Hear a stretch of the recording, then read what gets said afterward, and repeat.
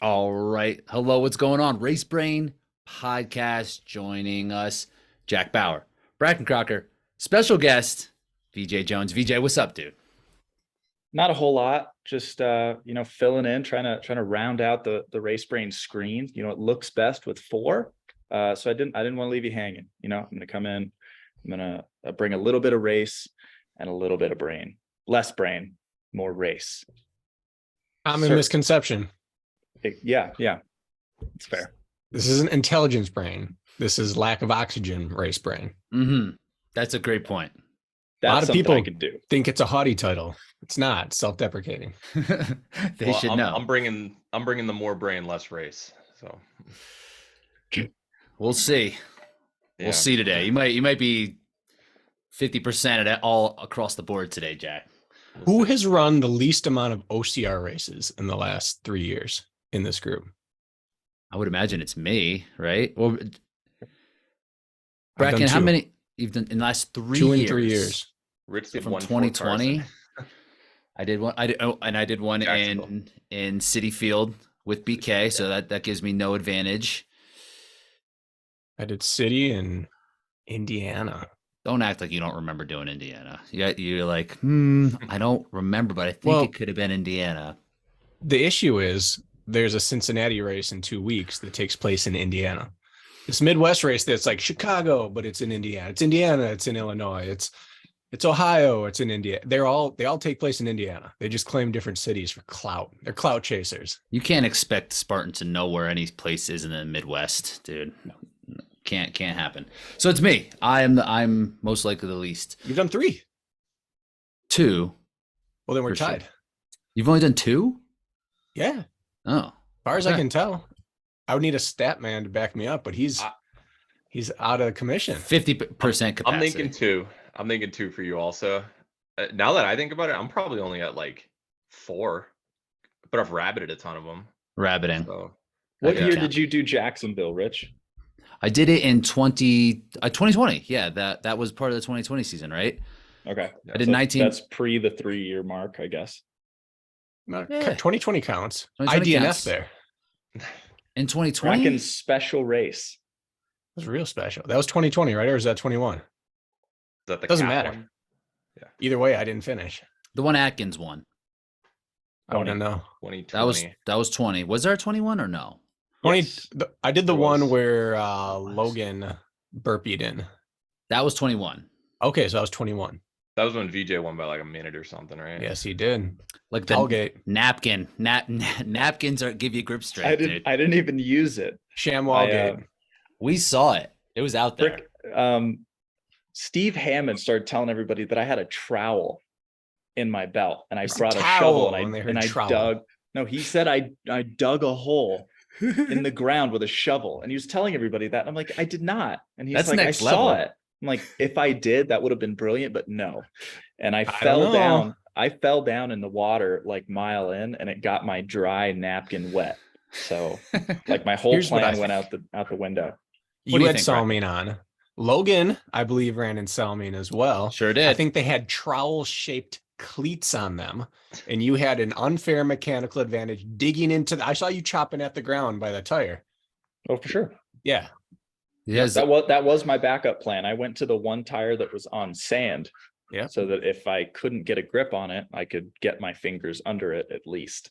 And that's why they So- don't sell Salmine in North America anymore. They couldn't handle the drama and the heat. That's fair enough. They don't sell them at all anymore? Can't get them in North America, I don't believe. Well, that they went out of business in North America. Like they closed it all down. They like failed. The OCR investment didn't take them to the next level in the footwear business? Well, they very mildly invested in OCR and then pissed off everyone that they were working with. Mm. So Good combo. that was cool. Seems Yeah. like a good product though. It had some potential. The Trail 6 to this day is probably one of my favorite trail like running shoes in general across the board. Like as far as just putting miles on throughout the week, it is my favorite trail running shoe. And I have We've one pair decided. left. That's it. That's the You one. know where to get them? Reckon knows. Runnerin.com. VJ's not Really? gonna buy those. He's gonna be like, "Are you kidding me?" Yeah. Yeah, I work with a guy, Corey Fellows. He's a Salming guy, and we just had to do a little runner in inventory check. INN.com. Okay. You got a you got a I like special that. code there, BK? You got an affiliate link No for codes, us? no affiliation. Come I'm your shoe plug. Okay, that's true. Shocked. All right, today we're here to talk about Hyrox World Championships. It went down. It happened. We were watching it. It was great. Full squad here was watching it. Matt Davis was there for a little bit of it as well. You can still check that out on YouTube if you wanted to. I think it's there and it's on Red Bull TV as well. It's not like under Hyrox YouTube. So Our stream is on Red Bull TV. Yes, it is. that'd be amazing. Yes, it is. I was like, I'm confused. You didn't get that contract? It got bought. I negotiated. I'll let you guys know how much I'm sending you like Yeah. later. So ultimately it was Bracken has a question. BK. Yes. Before we jump fully deeply into this episode, I want to share the worst Hyrox sim story that I've heard in terms of foolish frustration. This We've is all had a bad sim. Let's do it. This is not me. This is Matt Kemp. You know Matt Kemp? New York. Yep. Yes, I know that. Yeah. So he messages me this morning. We're doing 60% sims. Do the first 5 stations, not 60%. Then a couple days later, do Ish. Anyway, he gets to the rower in his sim setup, cruises in, straps down, reaches forward. There is no handle. What? Was Have it you ever heard of a more stupid problem to run into in the middle of a sim than the rower handle was removed? Did he and go- did did he go Grab the chains? Vertical yank the grip? chain? Just Get savage. He's yanking his chain performance. Yeah. That's tough. incredible. Is it what it was? I'm guessing it wasn't his handle. It No, was he's at at the gym. at a One gym. rower option, no Jeez. sign, no heads up, gets there. No No, handle. no handle. He should have went to the cable machine and got one of those dual rope setups. Yeah. Yeah, it would have Rolling worked. with those That's ropes. rock zone. That's straight up Roxanne right there. That is a hilarious thing to steal if it was in fact stolen. One time in college, my roommates and I had some people over, and our oven knobs got stolen.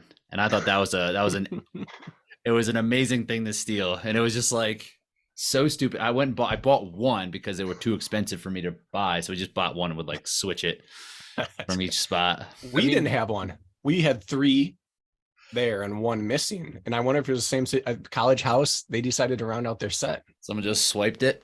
Where do you buy oven knobs? That's Like- a thing. It's like you had to like you get special 4. order them. No, it's buy an oven, get 4 free. Yeah, That's a good that's what point. I'm saying. Like, did you have to buy a new oven? Like, I can't imagine that. That's like if your milk cap falls off. Like, you can't exactly just go and get a new milk cap. Like, Right. 3D Tires. print them. Yeah, we 3D did. printer. We did have the 3D printer back in the St. Joe's days. So anyway, Well, Matt Kemp, we feel for you. Carry Next on. time you're headed out to do any type of sim, Deca, Hyrox, any type of row specific workout, make sure you check out your rower. Make sure the handle's there. It will be a real hard. You know what it workout. tells me? He didn't warm up on the rower. Was it written in his warm up? oh, Would you sim without touching the rower? Maybe. maybe. I get a few strides on it. It's like way into the sim. I'll be warm by then. Absolutely. Well, if it was You're written gonna in run his, into a handle situation then. that's true. Matt Kemp, showing us by example, like what could go wrong in those. So let's start. Didn't happen in the UK. The UK is where it went down. So let's start on the dudes side. We're going to go through the races with some different pieces that we thought were interesting. So the only place to start here is Hunter. Coming into this, most people had him as a favorite. We had him, Riker and I had him as a favorite as well. We would have gotten slaughtered because we had him at plus odds. Should have put him at negative odds for sure. But dude, he was just back on the level in which he can operate. It seemed like he was almost the same as he was last year at the World Championships, and the race played out in nearly identical fashion in terms of visually. I didn't go back and look at the stats from last year, but I got some from this year. So what do we think about Hunter here? He was better than everyone else Yeah. by a lot. He outclassed every other person on the planet that does Hyrox right now. I think he was all there is. untouchable there. And the thing that amazes me, like a lot of people say, if I put my mind to it, I can do anything. if he wants to be good at this, if he wants to be good at a certain event, whether it's an OCR or hybrid racing, like he just gets it done. It is amazing, like how he delivers when he decides to put in a full block or something. He's still the best specimen that's ever tried this, because you can't find someone who can get as big as him, who can run as fast as him. And you can't find someone as fast as him who doesn't have to give up strength. Everyone else in this sport has a weakness. Like Kent's is going to be his pure size. He's never going to have Hunter's frame. You're going to have some of the great runners who are just never going to have Hunter's strength. Hunter doesn't have to really taper off on either end. He has that freakish ability to be over 200 pounds and be legitimately good at running. And he can be legitimately good at the sleds and everything else. He just, the things where a big guy should struggle, burpee broad jumps, lunges, he's not. So he's just still the best talent we've had in the sport at what the sport requires. Everyone else has to figure a way to balance their equation. And he gets to just train the way his body likes training.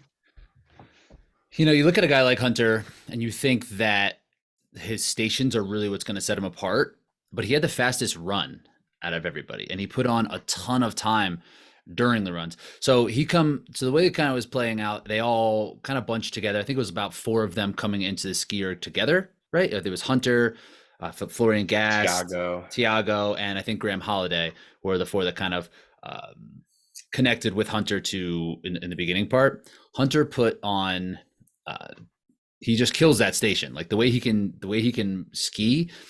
He then did he gained 9 seconds on the skier and then gained another 11 seconds on that next run. So right away, he's up 20 seconds from 2 stations, and he's putting on more time on the run. After the sled, he had the best sled, but only by like 5 seconds. He ran 19 seconds faster than everybody else after the sled. So he's coming in and being able to manage these stations to the point that it's not hurting his run. And he's able to run faster than everybody. So he's like better than everybody at the stations, but I don't think he's hammering the stations the way everyone else seems to be doing. VJ and I wanted to run together on Saturday, I think, or I forget if it was after the race or on Friday, whatever, a couple days ago. And we were talking about Hunter's ski erg, and I genuinely don't think that if I was fresh, that I could match his pace on that, like for 500 meters, what he's doing for 1,000 in the middle of a race. Like he just has such an edge on that, and he's just so much more powerful than the rest. If you try going with him 3 or 4 seconds over your tipping point, you're screwed the rest of the race. But he just has such an engine that it doesn't fatigue him. I don't know what he's doing different on that, but it's such a difference maker right away. And I think it's the perfect location for him to break away from everybody. He's got 20 pounds on you. Yeah, that's true. And that helps on the skier, because if you can just throw mass at the ground, it's going to pull without much more. I saw Hunter, and I believe his first Spartan race ever. Could have been his second. And right then, the first taste he ever had of the sport, he was freakish in his ability to cross the line and come back, and cross the line and come back. He had it innately from day one. It was Hobie, Chris Brown, and myself in the race. Sacramento. Chris Brown's first or second race as well. And Chris could run. He was coming off of college. Looking yoked too back then, Chris Brown. And that legendary photo. Yeah. Huge. And Hobie was good. And Hunter wouldn't let go of those 2 guys. He kept surging. And this was a beast course. This was back in the day. Those were 14 to 16 miles. For 14 to 16 miles, he kept throwing surges at these 2 runners. And he wasn't a runner yet, but he would just get to an obstacle and he would hit it so overly aggressively. And then he'd be he had the Hunter pain face, mouth open, gasping. His head would go way back. And then he'd just start thrashing into his run again. And then he'd be back up, and they kept trying to break him. And it took like 10 or 12 miles before they started to pull away a little bit. And so that was him with no OCR training. That was him off CrossFit and basically whatever lifting it took to get ready for modeling. So from the beginning, he's had possibly the greatest one skill you can have in this sport, which is he can redline and recover, where many people tip if they try that. And he was also doing like spin instructor. Yeah, but it doesn't matter. That's the secret. But he had a little card. He did a ton of biking before this. True. For this block. True. Yeah. But we have 2 world champs sitting right here. If you guys did spin instructing and CrossFit classes, what position would you take at your next big race? Like with a Hobie and a Chris Brown in the race, how long could you hang on them on the run off of only SoulCycle and CrossFit? I typically lean flywheel. I don't think that exists anymore. Like maybe better. Maybe it's the formula. I don't know. We're It all just screwing it so up. anyways, from our first glimpse at him, he had that one thing. And now he's paired it with nearly a decade of legit world-class volume of training. And he still has that one thing, but he's enormous now. Yeah. So with that thing, right? And this is a little bit, and maybe it's inherent. Maybe it is. So let's look at it from two sides. If it is physiological that he's able to get over his red line and then settle back in, what is it that's happening for him that he might have that he may have developed over the years, whether it is like, SoulCycle or maybe like wrestling, whatever he was able to kind of create this adaptation where you go really high and then sit back more maybe into like high zone 3. Like, how does that work? Where some of us, like, I know when I kind of spike up and it's really hard for me to not just completely Crack. Like, completely crack. And then it's like, I'm going slow until I stop, like what could that be from his perspective? Is it physiological? I think it has to be. Go ahead. Because most of us came from like the background of consistent effort, managing a consistent effort, getting into a rhythm. And then we learn the skill set to get into compromised and manage that the best that we can. I don't know exactly what his background was. I know he wrestled, which is like high intensity and then relax and then high intensity and relax. I think he like did logging for a while, which I'm sure is like big burly movements, hammer down a tree, move it, rest for a second.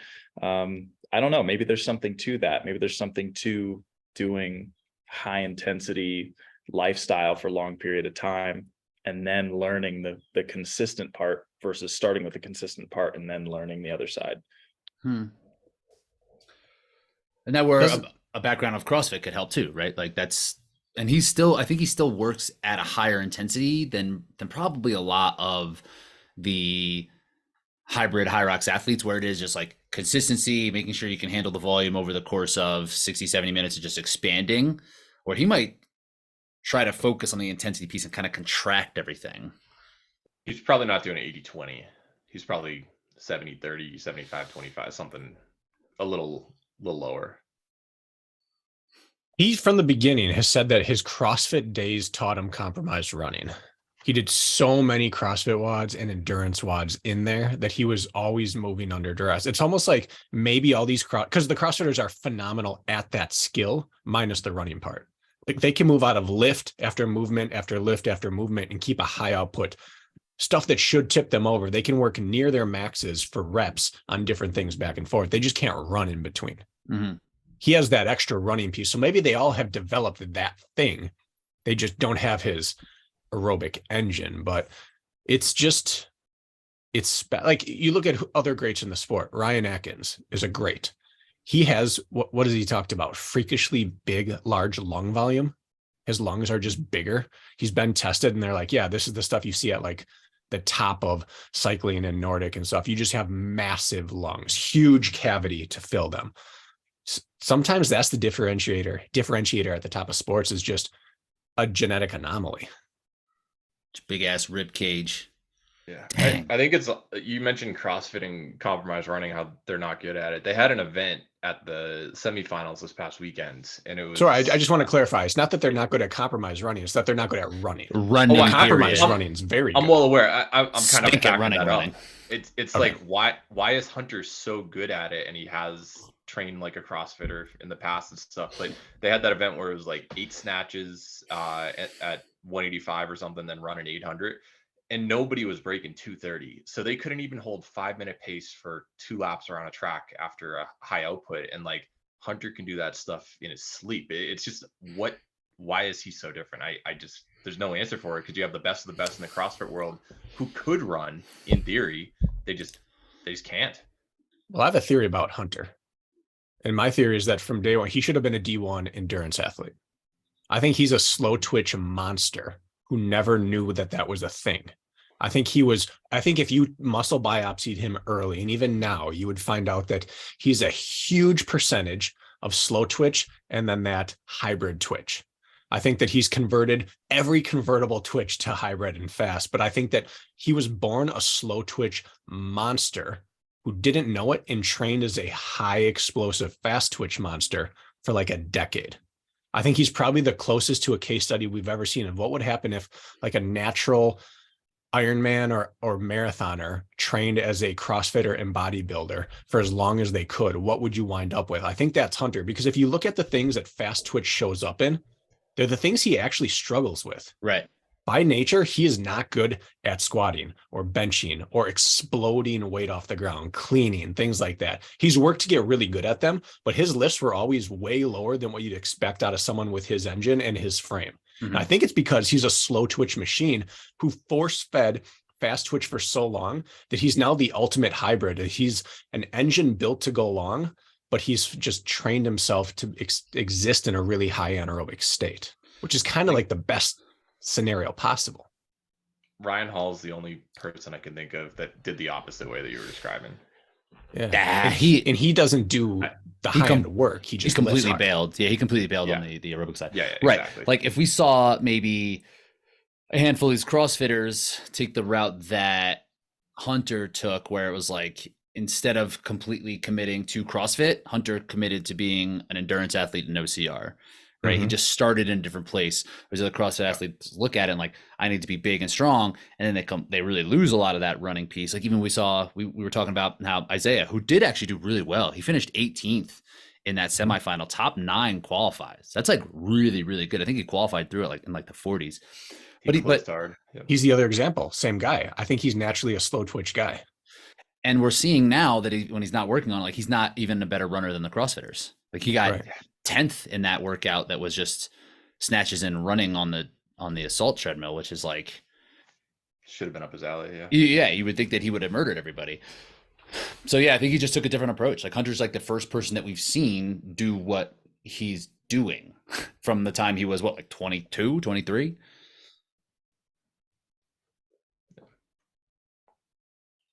So he did a good job. He put 19 seconds on everybody on the run after the sled push. I said 18 seconds after the sled pull. And then he didn't stop putting on time on people on the runs until burpee broad jumps. Then he just kind of maintained all the way through. So he runs it an interesting way. No one else can really run it that way. Kent is the only one we've seen able to. And he because he's a little bit more human in his skill set. Like he has a deficiency where Hunter doesn't. He has to balance it on such a razor's edge. Like when he gets it right, he can beat Hunter, and he's the only one that can. Mm-hmm. But it's like we're talking 0.1% of him balancing. It seems like where if he strays one bit, he's human and he cracks. Where Hunter gets to stray over and then take a station or two easy and then be back. Kent's the only other one that can attack. Yeah. We've seen Kent win on the ski sled combo. Mm-hmm. No one else has done that. But we've also seen him crack on that ski sled combo. Right. Yeah, Hunter was just ready. How much of the mindset piece, and Vijay, maybe you could speak to this, like when it comes to someone who like Hunter, who's won multiple world championships and comes into this, how much of an advantage do you think that is compared to the competition that he's going to face? Well, I don't think Hunter is ever intimidated by anybody. I don't think that's ever happened. I think the only person in say this OCR hybrid kind of space that he fully respects is Hobie. And everyone else is he seems to respect Atkins. He seems to. Yeah, but he also, I think, believes that he can handle Atkins whenever he needs to be handled. Hobie's the person that was consistently a problem for him. Mm-hmm. And, him and Atkins had the battles that they've had and everything, but at the same time, he's also thinks he's He's beatable. He's manageable. So, and he probably looks at everyone else in the Hyrox space the same way. Like if I'm on, I can handle every single one of you and it's not a problem. So I doubt he was shaken. And when you're in that position, when you have that mindset where you know that if I am fit and capable, I can beat everyone that signs up for this race. It honestly, for me, it's a little more nerve-wracking because now you're not racing anyone else. You're just making sure you don't make a mistake. So if you can execute your plan, there's no reason you shouldn't win. It's a great place to be, but it's also like, personally, that's a scary place. And he's been there longer than me, so he's probably just used to it and just shrugs it off. But for myself, if I'm like, this is my race to win, there's no one that can beat me, but I could find a way to lose it, then it's like, then I overthink sometimes. But I'm sure he has it handled and he knew he was going to win this weekend. It's like a no excuse scenario. It's like when it's all you, it's just execution, and then I can see how it'd be a little bit more pressure. But no one was on Hunter's mind. He was on everyone's mind. I know that carries a lot of weight, I'm sure. He's interesting, and you're right, VJ. Hobie's the only one he's ever respected, admired, and feared. There's no one else. And I think part of it is that anyone else who could beat him doesn't have a freakish quality. Like Atkins is an overall freak, but he doesn't have like one thing on paper where you're like, where Hunter's ever looked and said, I can't touch that. Hunter believes he can run downhill with him. He believes he can run uphill with him. He believes he can run flat with him. Hobie, he used to look at and go, I can't run with him. And I don't know how he carries. He used to talk about Hobie's carries so often. He used to talk about his strength to weight ratio, his freakish ability on things. When you are a freak, it seems like you only are frightened of other freakish things. And there are no current freaks in the sport that scare him right now. And he's also never lost a race himself, really, that I can think of. Like maybe a Hyrox World Championship, but he's generally, like you talked about, you have to beat him because he's not going to beat him. That's maybe his second greatest skill other than that innate whatever physiological thing. He is just the ultimate gamer. He doesn't screw up very often. Yeah, that's what a champion does, right? And he showed up, and this was a race where I thought there could potentially be an area to exploit after we saw him in Anaheim, after he had a qualifying time in Barcelona. Like, what do you do with the course like that? But he came in, then had the champion mindset, was prepped enough to really kind of smash it. Like, what do you do? What do you do with him? If he's going to do that, if he's going to run and gain 19 seconds after, he's going to push the sled as fast as you, and he's going to gain 20 seconds on the next run after it. And like, you might be as strong as him, you might be faster than him, but he's going to be so hyper aggressive in the beginning. Like, what do you even do? Do you just have to deal with it and hope that he breaks later? Like, because it doesn't seem like you can catch him. I mean, you're the best runner in the group. What would you do if you could hang with him on the ski and then you're faced with a decision? I would just try to be like, hey man, what do you think if we just do a flat 10K instead? Yeah. I'd be like, give you some of that. But like, yeah, Tobias, who we'll talk about, is probably the example of trying to stay close as possible. Cause like hanging with Hunter on the ski, like 140 is just so fast. It's like, I could potentially do it, but I don't think I'm going to do anything else for the rest of the race. Yeah. I think everyone in the world is training the wrong way to beat him. And they should be. Everyone in the world is trying to be good at Hyrox. But the only way to beat him is to be able to match his ski sled and then crack him on burpee broad jumps. That's the only way we've ever seen. And I don't know any other way around it. You have to survive those. You have to be. And if you, but when we look at it, 140 pace in the world of rowing and ski erging is not fast, but it's very fast for our world. He's probably spent triple the time on the ski erg that anyone else has. I think that to beat him, someone would have to say, I'm going to become the highest level ski row sled athlete I could possibly be and keep my running within 10% of where it is right now. Because if you look at the guys like, again, Matt Gross, who ran in our college conference with us, he was a 402 or 359 miler, 148, 147 half guy. He's now an age group national record holder in ski in the rower and maybe ski erg. he skis so much faster than Hunter, and he's like 170 pounds, 165 pounds. Right. Like you could become that if you wanted to be, but no one's yet said, I'm going to ski 7 times a week with purpose. I'm going to replace my running with my skiing and switch my skiing to my running, where I'm going to spend 40% of my time there. I think you would have to train only to beat Hunter at his things to have a chance. But there's that fear, and logically so, that's why no one's doing that you would turn out to be a net loss, that you would suck at all the other things. So the only way to beat him is to do the things that he spent more time doing, which is building up his sled and ski power and rowing. He hasn't had to weaponize his row yet. There's a chance he could row 138 the whole time, maybe. We just haven't seen it. But no one skis or machines like they look after their running. I think, Rich, you're probably the closest in terms of looking at it metric wise. Mm-hmm. But in terms of volume, no one's doing what he's done. Yeah, probably not.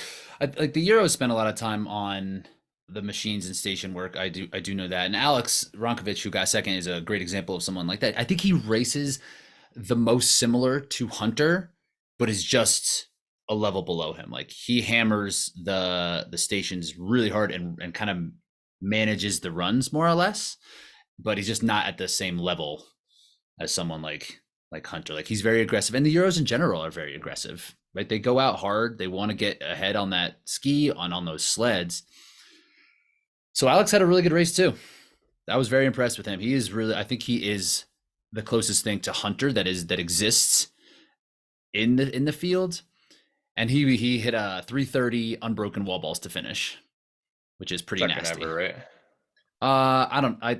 It's hard to say that. Mark Howell was just unbroken too. It's like, it's like people may have gone unbroken, but they may have done like 70 minutes or something. You know? Understand? Yeah. So what do you think about Alex?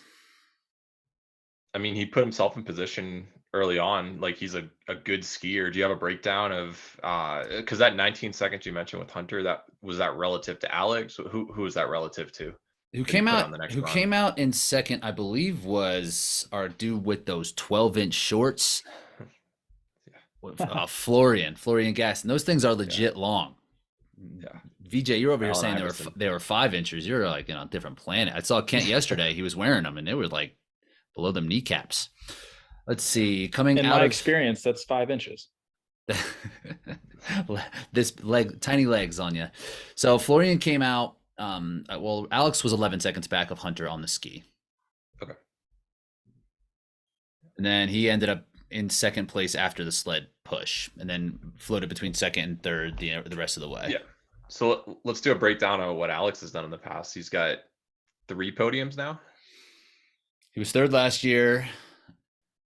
He was second the year where he beat Hunter in 2021. Yep. 2020, I don't think he was invited. Yeah. You know what happened in 2019? I don't. That was too early on to know. When are you gonna beef up your stats like you got OCR stats for hybrid? Do we have enough? They're not easy to copy. That's the thing. So like the breakdown, I do have stats for like who's run before each world championship, but it only extends to the 15. It's too much work otherwise. Come on, man. Yeah. They need to get on Athlinks. I still think Kent's superior to Alex. Go on. Well, because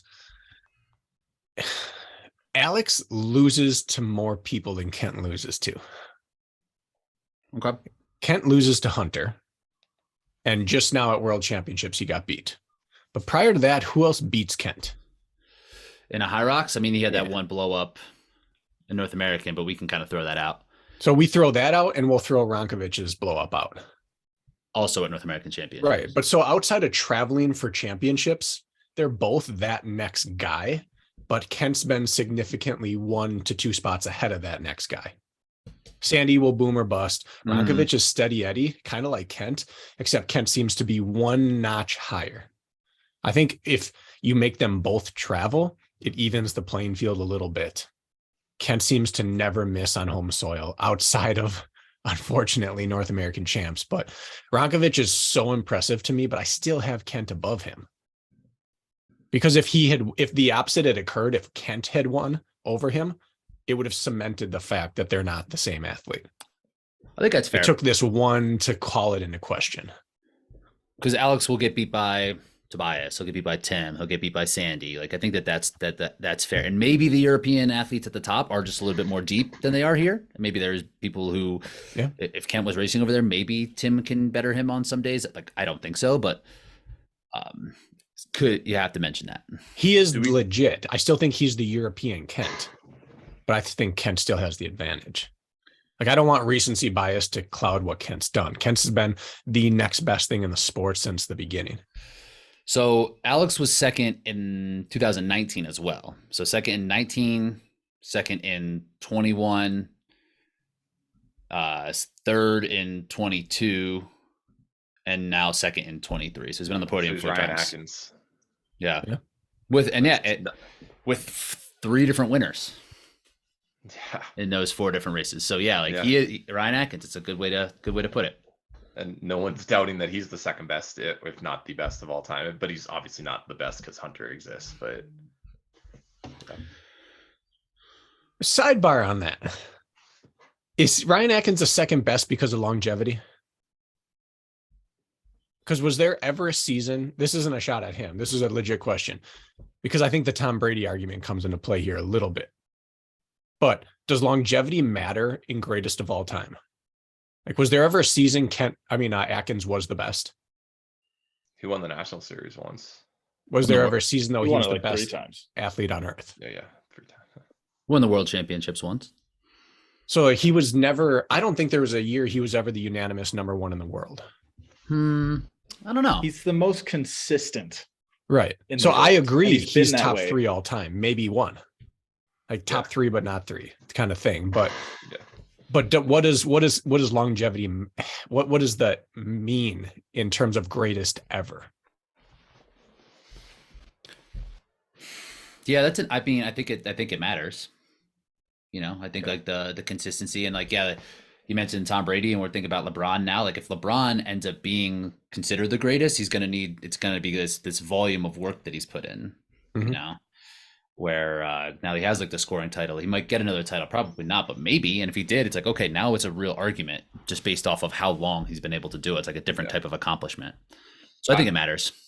Yeah, I know we talked about championship rings and not holding it against athletes last episode. And I think it's more about how often are you in the mix, regardless of who else shows up. And yes, longevity does play into that because the more often you're there, the longer your career has been. So yeah, I think it does definitely affect it. Yeah. But Hyrox has only been around for 5 years, or like championship level. So there's only so much you can really. Right, but by that argument, Ronkovich is better than Kent. Right. Kent's only because of his championship performances. Kent's only participated in 2 championships, right? Yeah, Like, no, I get it. I'm saying that like when you look at it objectively, he's had a heck of a career. Like if you had, For sure.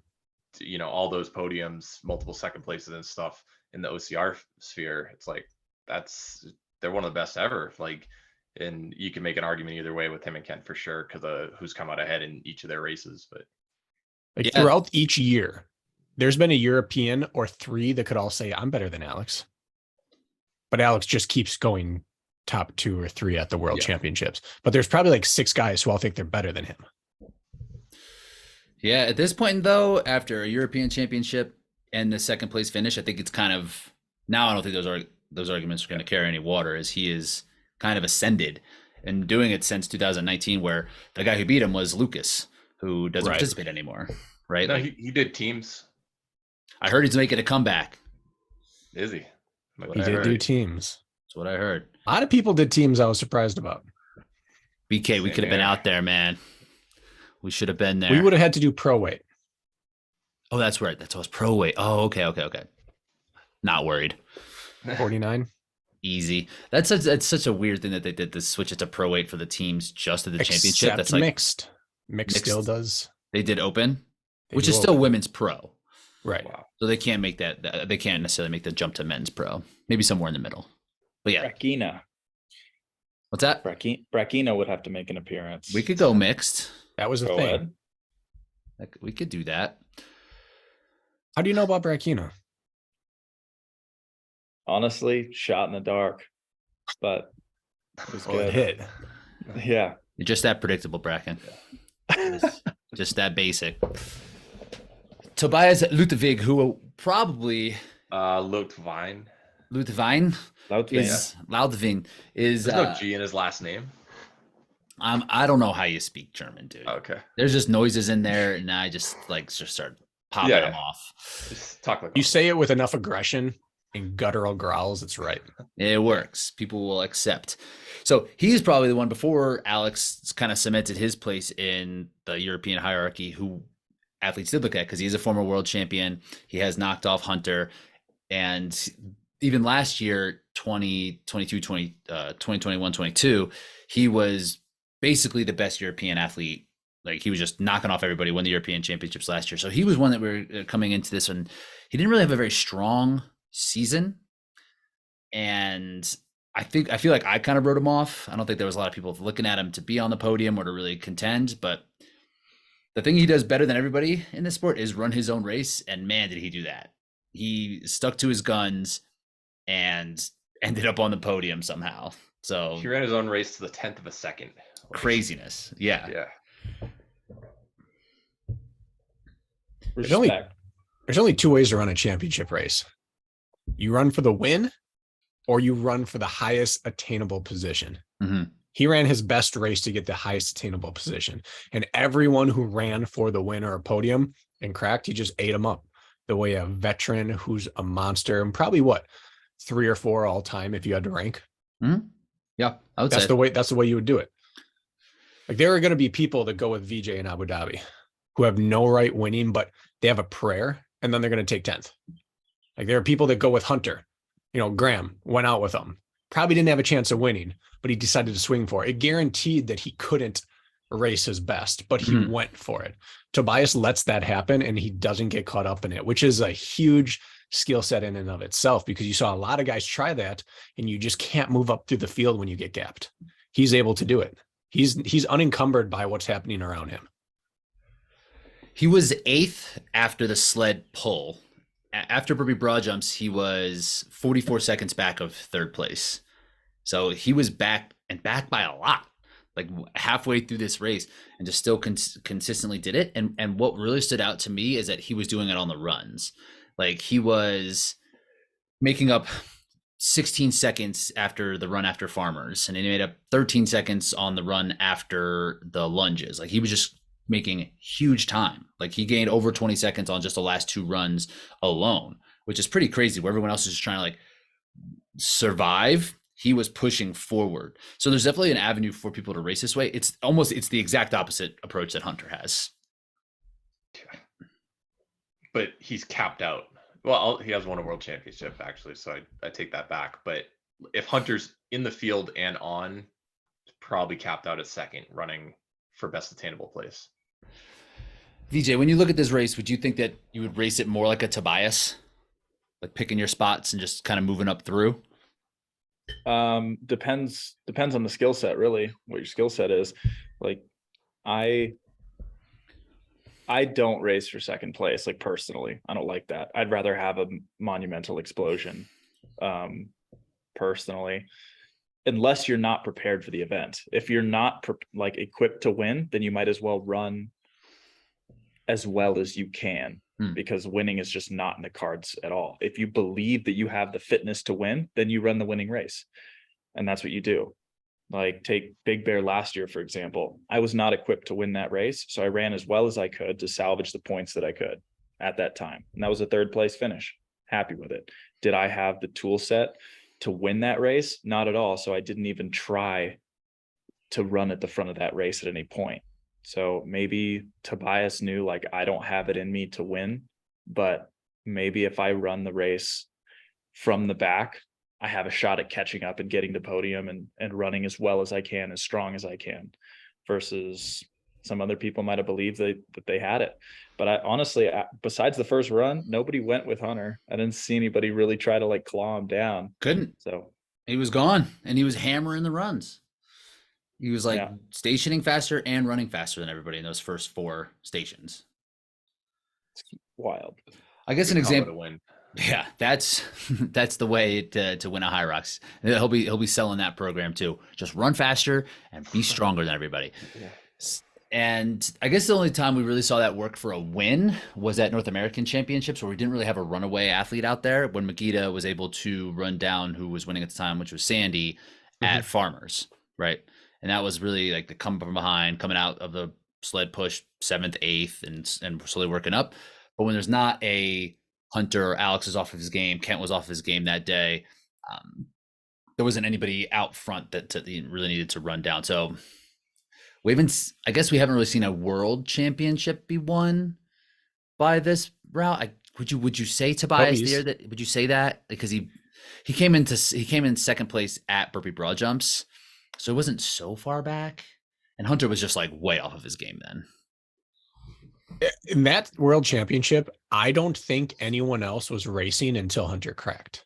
I think they were all just, this is what it is. We're going to play for second or third. And then all of a sudden he like just gave it to them and said, all right, boys, go ahead. And then they all went, like Tiago went crazy and everyone started rolling, but no one's yet rolled him down intentionally.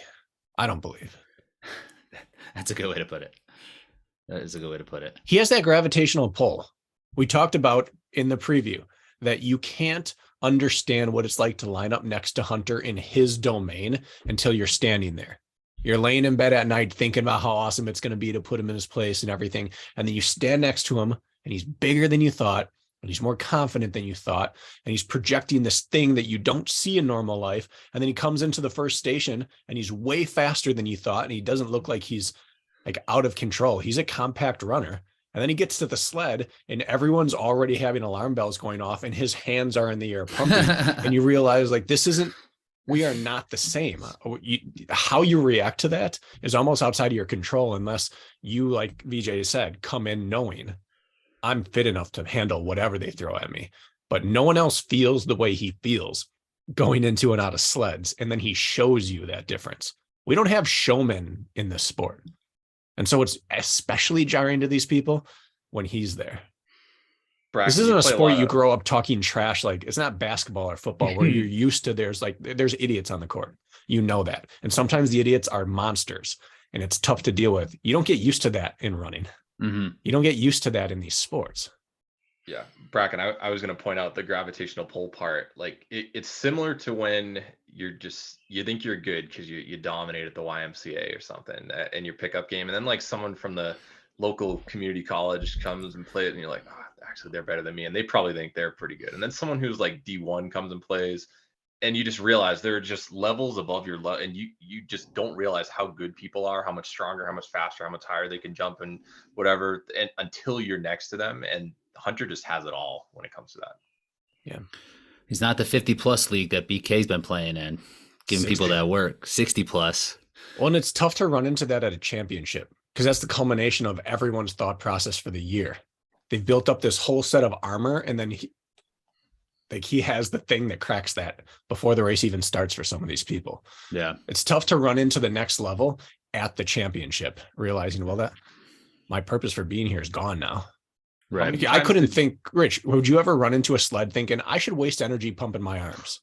Like it wouldn't even cross your mind. No. He exists in a different plane. Yeah, totally. And that play to the crowd. Always play to the crowd. Yeah. He was telling takes that everybody energy. He's number one. Just letting them know. Yep. Giving Magida the business. Yeah. Poor Magida just catching the bird. Hurt back. Didn't matter. Insult to injury. Yeah, literally that. I'm glad he finished despite like what he was going through. That must have been a tough flight across the Atlantic knowing what you were getting into. You would have dropped right away? Easy. How do you do in doubles then? I think they finished back a little bit in doubles as well. Yeah. Let's talk about the American dudes. Kent ended up in 4th. That pretty devastating finish where Tobias was just barely eked him out. I did talk to Kent, didn't see him, didn't know he was there because Tobias was so far back the entire race and he wasn't right next to him on the wall balls. He was down some. Kent had no idea he was there, which is just like, it's got to be the toughest pill to swallow when it's like that last station and it's just like falling apart. He said he physically was falling apart. He was experiencing some cramping. So that's in this sport. When that starts happening, you really know that you're just out of juice. So he had some cramps going on and it really took a toll going into those wall balls. where positionally were they relative to each other? I can't remember. I think Kent went right next to Hunter, but where did Tobias go when he came in? Like, was he in Kent's blinders? Could he not see him? He was 1 or 2 positions separated from him to the right. At Okay. least I think he was like 3 or 4 because then another athlete Yeah. came in and got between Kent and Tobias. Mm-hmm.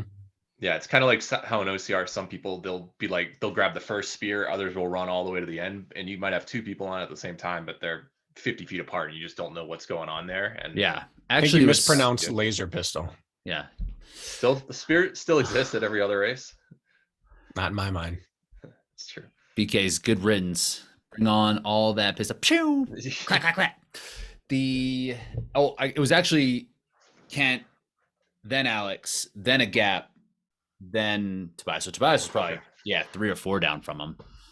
But would you be able to do that on the other zones? Because I thought they kind of funnel you. They're like, oh, get on this next rower because that's it's weird that they allow that at the wall balls. They usually don't. They usually do kind of like push you Yeah. to a place. Tobias He is probably like, he probably stopped, grabbed the ball, and started working, and they not were gonna just make like, a move. okay, yeah, Exactly. sure. Yeah, And exactly. that's honestly really smart that he separated himself like that. Like they're not going to see me coming.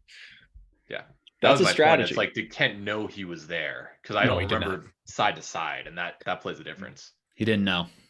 Yeah. That's a $6,000 set of wall balls. Like legit. Like they're on like podium bonuses and stuff too. It's like, And he got through 40-ish, which means he was losing $100 a ball after that, 100 a rep.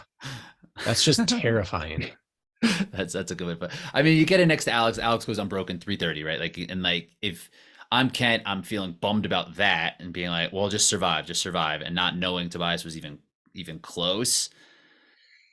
Ugh, that's tough. You want to be able to kind of suck it up and do the thing, but when your body's rebelling against you, having cramps, like he didn't have a very good farmers, and I think that's really the position in the race where you know your body's just kind of like, if like you start if the fatigue's gotten all the way to your fingers, you're in trouble. You're in trouble. What would have happened with a run finisher? Could Kent have come back on him? Or was he like on wobbly legs? The way Tobias was running, he gained 10 seconds on him between lunges. 2 runs before that. 21 seconds total. Yeah. Yeah, I don't think so. I think Tobias had juice. He didn't have that great of a wall ball. Tobias's wall balls were like 412. So it wasn't great. Not spectacular. No, it wasn't like he did an unbroken thing like Alex did. It was just one station too many. Yep. You know what this race showed me? It's What? time to switch up the order or the exercises. Why? Because as long as Hunter wants this, there's no mystery in the sport. With the way it's set up, you don't beat him unless he cracks or doesn't want it anymore. Were people saying that about you? I don't believe that. You don't think so? I don't believe that at all. Which side? That it should be shaken up, or that there's no beating him unless he cracks or is off or doesn't care? Hunter's an animal, and he's a freak, but he's beatable. A dude is just a dude. He can be beaten. He can be Everyone's beaten. not beatable until they are. He's been beaten. But you think if everyone comes in at 90% or better fitness, including him, you think he's beatable? Yeah, I think it's absolutely. I think it's the talent that's coming in. I think this field that is currently assembled, you're probably right. But as people come in, I think that there are going to be athletes that emerge. Let's make an OCR comparison. Spartan Race started 2010. Hyrox, they're in their 5th year, 5 years after 2010. That's kind of when VJ, Atkins, Killian, everyone came in. I'm sure everybody was thinking like Cody and Hobie, they're unbeatable. Claude, she's unbeatable. Amelia's unbeatable. And then suddenly you have Lindsay appear and VJ appear. Like, people are out there. I know that he's got the track record, and we've been familiar with him for a long time because we followed OCR heading into it. But there's someone out there who could beat him, definitely. And they could be currently in the field right now or just about to start. The VJ argument is fair. VJ's But I going to do think- it again. Watch. But I think it also strengthens my argument. Watch this. 2015, Hobie and Cody lost interest in the sport. But they got beat in 14. Hobie came back, decided to do whole national series, and won everything in sight. Yep. Now, VJ could take it to or head to head with Hobie in his prime on VJ's type of course, yes. So new blood is a real thing. The difference is the extremes of what's necessary in Hyrox are even further than in OCR. Like we need to find a VJ of Hyrox. Could VJ become that person? Yeah, probably. Because I don't know what VJ's power cap is. I don't know what his power output cap is. I'm telling you right now, dude. Yeah, he's saving this clip. Unlimited power cap. Dude. But it's going to take a VJ. It's going to take someone with that ideal combination of skills, which is currently Hunter. Hobie didn't have the ideal combination of skills. He was missing a few of them, but his others were just so unapproachable. Hunter, we haven't found a deficiency yet other than attention span. Hunter basically made this sport, right? He basically created it, you know, like, so there could be athletes who are, you know, maybe there's a college athlete, maybe there's a Bracken out there in college, catch winds of this and is like, this is where I'm going to focus on from ages like 20 to like need better 24. than that. Dude, with those guns you got, I saw you next to those runner guys. Huge. I photoshopped that. Well, I think you need a guy like Anas to come in, 358 miler, put on some bulk, get focused on her for a couple of years. That's the talent level heading into it. If you're looking for outside new people, you're gonna need bigger. You're gonna need Andrew Weeding style of frame. Yeah, like a Gabe Heck. Seth Hackinson. Yeah, it's the same thing with Hobie. Like one of his biggest weaknesses was frame. He just had nowhere to go. Strengths. Yeah, VJ has frame. Like to his credit, him saying I am the guy that's going to do it. He has the ability to build that. VJ could gain 40 pounds if he wanted to. Hobie never could. Just be out eating. He could have, but he would have looked like, I don't even know, Mr. Peanut. Been a CrossFitter. Yeah. And I was actually having a conversation with Kent yesterday about it, and they were talking like apparently like trying to gas themselves up, being like, oh yeah, Hyrox, that's an old man's game. Just because like you need all this strength and size and endurance, and it takes a while to build all of those things, especially concurrently. But I think the example is CrossFit. It's like now at the two regionals, two semifinals in North America that we had, the winners on the women's side are both like under 20. You know, and these are athletes who've been training for it for probably 5 or 6 years at this point.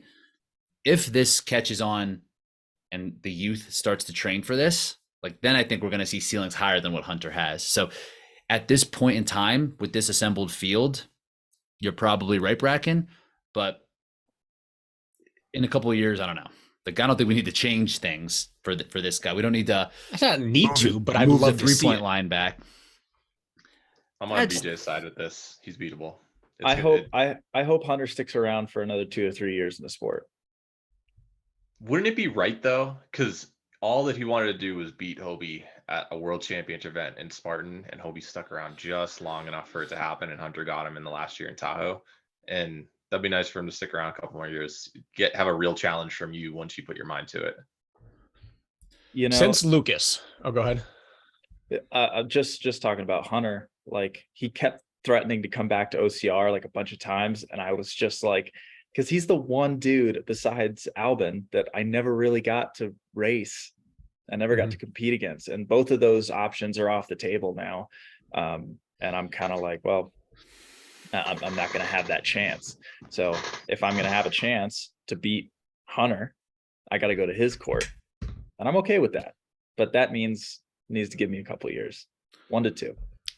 We put you above him on the all-time OCR rankings though, so don't even worry about it. Really? Did you get your okra yet in the mail? Did I win an okra? You don't even listen to this. Get him off. No, we are having real trouble with our shipping department. Yeah, we'll have to send that up to complaints department. I would drive it, I think but it was me, honestly. My PO box and my mail, they get switched around. So I doubt it was on you guys. It was definitely on my side. We'll check the tracking. We'll see where it is. We'll get it to you. Thank you. If it arrives, don't cash that. We'll make out a new one. Okay, sounds good. Or just shoot us a text first and just let us know. So most of the time in these new sports, the first year doesn't really set the archetype for who's going to be good at this. So I think you can remove Lucas, his frame, for what I'm about to say. But since then, have we had a dominant male under 6 feet in the sport? Dominant. Like what? Like how many dominant males have we Let's had? say world champ. I don't think so. We've had two world champs since then. 3. Just two. Two. I mean, Tobias this is the well A- over. Hunter's well over. You have Kent, who's probably the next closest. He's well over 6 feet. Not well over, but well, I think he's at. Kent's No. flirting with that line. I think Kent's he's like like 5'11" and a half. He's like No, 5. Honestly, no. yes. Yeah, Kent's I'm like 6'1" and I've got an 6'2". inch or two on him. VJ's I'm talking VJ height. towers over him. Barefoot or with super shoes? yes. With super shoes, I'm like 6'3". I put on those Prime X. I'm out Anyways, there. I think there's a frame requirement for Hyrox, and I think it will continue to be so because of machines.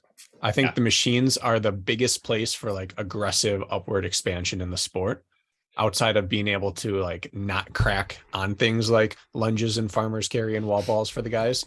I think that Meg is starting to some of these people. I think you're gonna have to start being 5'9" for the women moving forward. The people coming in, like the archetype, the Miriams are gonna hit the same ceiling that the Isaiahs hit, where Well, Lauren Weeks is 5'2". 5'3" or something. Yeah. she is, and she's I don't understand her. I don't really apply things to her. She's like Hobie. I don't get it.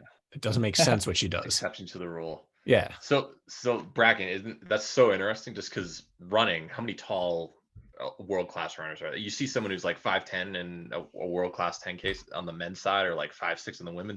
They stick out like a sore thumb.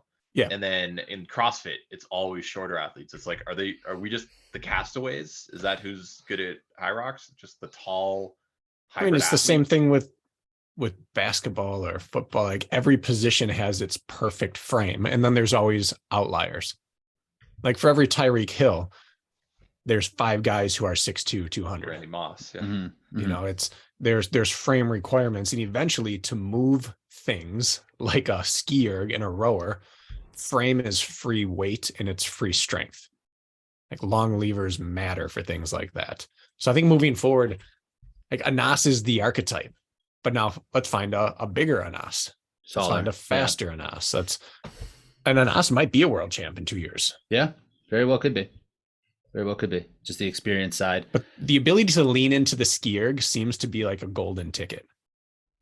If you can just drop down with frame and weight, it's one free exercise that other people have to earn. Did you ever see that barbell spin? That page, they do a lot of updates throughout the CrossFit semifinals and stuff. And they did a breakdown event by event, and it was like, what's the correlation to overall finish versus how you did in each event? And it's like, well, these 4 events, they were just such a toss up. There's no real, you can't really tell based on the results how people would have done overall. But like these 2 events were the difference maker. And I bet if you did that for Hyrox, skier would probably be skier, and probably wall balls would be like your 2 highest correlations, I bet. That's interesting. Huh. Get on that. I could probably do that, honestly. Come on. All right. So we well. the other Americans showed up, didn't do great. Dylan ended up in 14th place, 64-13. Megiddo was, at 70%, finished 15th in 69 minutes. Clearly in some pain, was very limited. We knew that going into the race that he wasn't going to be at 100%, but not a hard to explain away what happened to Dylan after such a good, an awesome race at North American Championships where he beat most of these athletes to then finish 14th. It's tough. It's tough. If you haven't done the overseas travel a few times, it's hard to dial that in. Like you have to have made a few trips, long trips like that, to find out what your process is and how much time you need. So I don't know what his background is, where he came from, other than being the only person that spent more time on the ski erg than Hunter. But yeah, like the first long trip is a tough one. I mean, I got rocked on my first long trip going to Abu Dhabi. I popped a fever on my second flight. It was not pretty. So it's tough to nail that the first try. We always talk about 100%. we always talk about Dylan and the amount of volume that he's able to put in, and like how sustainable is this? And we haven't seen him not race well, essentially ever. And it's easy to look at this one result and be like, oh, maybe it went too much, or maybe the travel was too much for him to recover from based off all his huge body of work. So yeah, it's just, that's always where my mind wants to go for Dylan. It's like, well, I probably did too much this time, but he's never done that before, right? So it's hard to really say what this was about. Like he just said he just didn't have it, which he usually does. Even if he doesn't have it, he has so much volume under his belt that he can just easily. Yeah, he could just deal with it. But today, like this race, it just completely wasn't there. I think too many people travel and compete well when they're studs, that it kind of clouds how difficult it actually is to get right. I don't think that you can oversell the issues that travel causes. And VJ was 100% right with what he said. It's like having a kid or getting married or having to work a full-time job. You can talk about it, you can research it, you can hear people talk, and you think you get it, but until you do it, you have to feel it one time. It's to the point where if you want to be good, and I've recommended this to a few athletes, that it's worth keeping track of just flight fares going on. And when you see, like, just decide that twice in this year, I'm going to take the cheapest flight I can find and spend a week somewhere, just to practice it. If your plan is to invest in the whole season and get to an overseas championship, I think that can't be your first international trip that year, because it doesn't. And I don't think one trip is enough, because no two trips are the same, and you don't always catch the bug. Or I've sometimes got sick before, sometimes after, sometimes during. Sometimes I arrive and I cramp my first workout. Sometimes I cramp my third workout. It's different, and I think it's just work. You have to practice like anything else. You have to practice your race day nutrition. You have to practice fueling during workouts. You have to practice traveling. Yeah. And if it's going to be that much money on the line, and like Dylan, how many thousands of hours has he sunk in? It's just tough to make your first international trip on race week and actually get it right. At that point, you're getting lucky more than you're getting it right. Because he's raced international in the past. He did Germany, right? Yeah, in 2021. So it's been 2 years since he's tried it. Where, like, if we look at the guys ahead of him, like, even though it was UK, so the travel wasn't. I mean, it's still like you're still traveling. It's still something, but it's probably only like an hour difference for these German athletes, right? It's not like a huge trip, but like James Kelly's done a lot of international travel. Florian Gass had international. Jonathan Wynn had international. Tom Hogan. Tom Hogan had he basically flew around the world and just started right back. Yeah. So no Americans traveled more than Hunter. Right. Magida this year Magida did an international race as well, but I thought he did multiple, but yeah, he did Euros and Sweden, and now this one. Oh, that's right, he did Euros. Yes, good call. Excellent call, Jack. Jack, great job today. Yeah, you look great. I don't agree with that, but I'll take it. So ultimately, man, like, I gotta apologize to these European athletes. It's come to that. They really brought, especially guys like Graham Holiday, Jonathan Wynn, Thiago really brought it. These guys in the middle who were out there fighting, really pushing. They weren't afraid of the competition. You could tell that they've run a lot of races this year. They knew what they were capable of, and they did a great job. So I got to eat my words on that. And a lot of what the kind of tongue-in-cheek shit talk, I guess you could call it. And I'm sure a lot of them didn't want to hear anything I had to say about this, but it was more just like poking fun at the scenario of how they qualify these races, and less about the athletes themselves. But they really did bring it. I think they got most of the right athletes there, and it showed throughout the results of the race. Do I wish they would have bombed?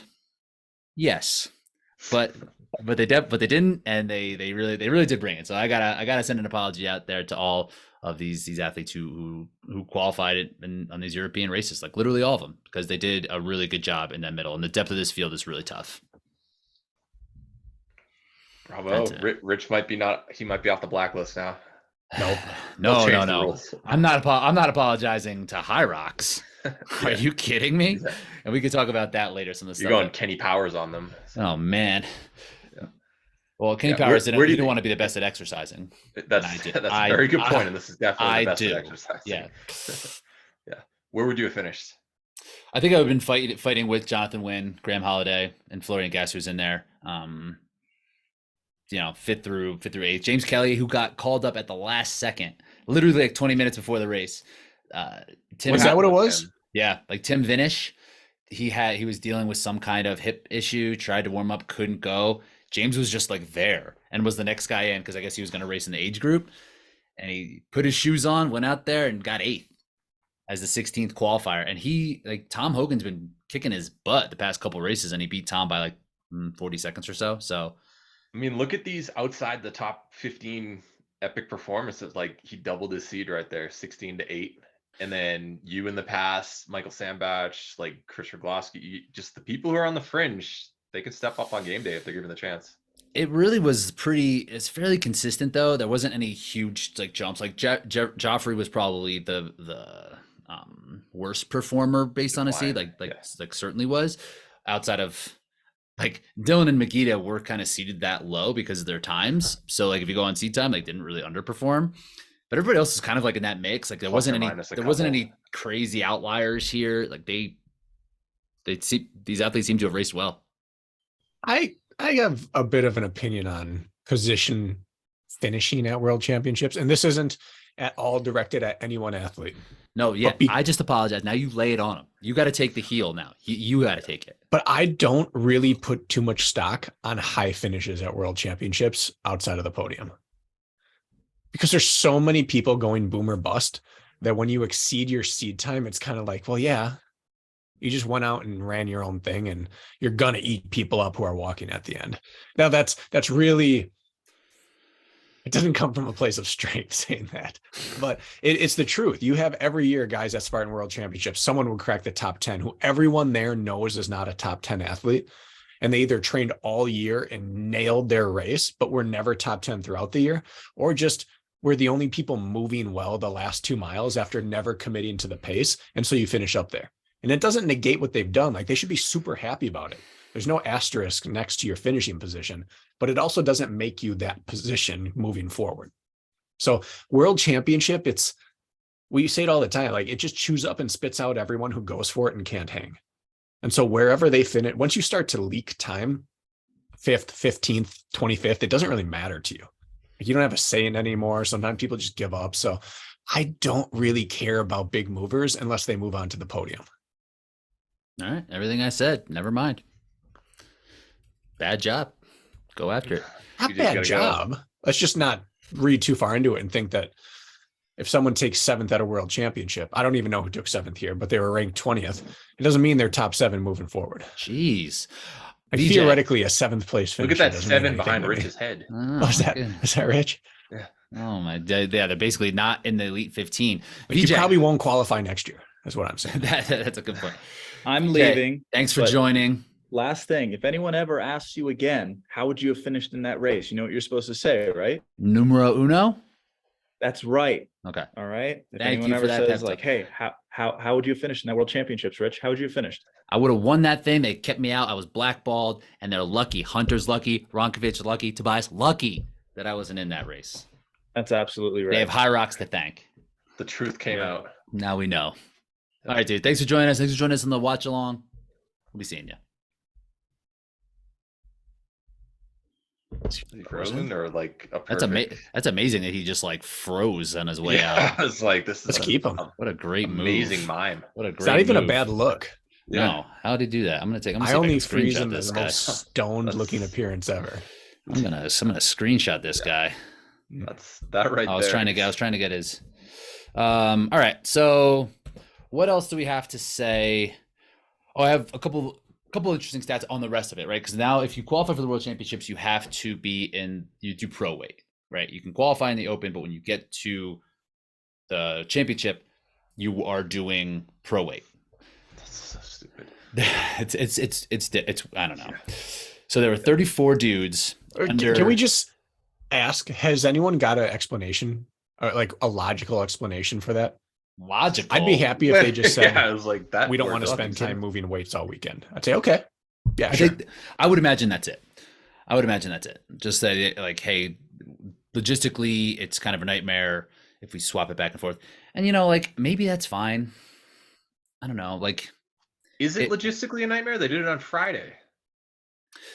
Yeah, that's true. I don't know. Maybe it's not. Maybe I don't know. Like what it's if it's what was the example I was thinking? Like it's kind of the like if you can qualify for the Olympic trials running a half marathon, right? But then you have to run the marathon. Like kind of like that. It's like we'll give people like an opening to let them build into the capacity so they can take on the full event. And Yeah. like Do more like they made the women do the men's shot put weight at the Olympics. Yeah. Or like they made it an 11-foot rim instead of 10 feet all year. Do we need an open championship and an age group pro championship? How many world champions do we need? All of them. As many as we can get. At least doubles. Here's another weird comparison. Suddenly you go from college baseball where you use a metal bat. Now you have to use wood above. That's a really weird system. Yeah. I would hate to be a scout for college baseball. Isn't that more of just a financial thing? Like if you start breaking bats on college teams and you got to buy a whole bunch of bats that like. I don't think so. Probably. Come on. There's a difference though. Like you know how much metal bats cost these days? But you have like it for it's $400. You're not going to shatter 3 a game. They get new bats every year. Every year, not every game. They got a dead zone also, and you don't want to use them anymore.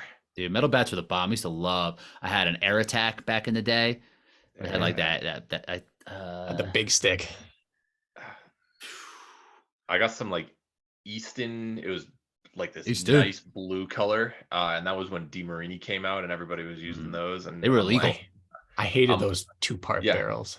I'm like, I'm buying the $70 bat because I don't have much money, and all these people are dropping like $250 to $300 back then, like 15 plus years ago. So have fun. Not gonna help me bunt better. We had this weird not a bunter scenario where it went from like the 1/4 inch, what is it, 1 1/4 or whatever, and then we could go full barrel, which was like 3/4, but then like it went back down to like 3/8 or something like that. Is that right? Did you guys have that? It went that? up big for a bit. They were big and fat for sure, but then they were lighter. They had bigger barrels and they were lighter somehow. Yeah, like I had a -11 at one point. That's crazy. I had a -7, and we played -3 in high school though. Yeah, right. That's what I'm talking Babe Ruth. I was like -7, and then I eventually -3 just because the 1/4 inch barrels they could be like they could be real light. My first 11, one I owned was a -11, and I was whipping like that thing through the zone. It's blasting it over the fence, boom or bust. Wow. So in the I didn't hit for power. You know that. just drag bunts, getting on base, spray hitter, slap hitting like in softball.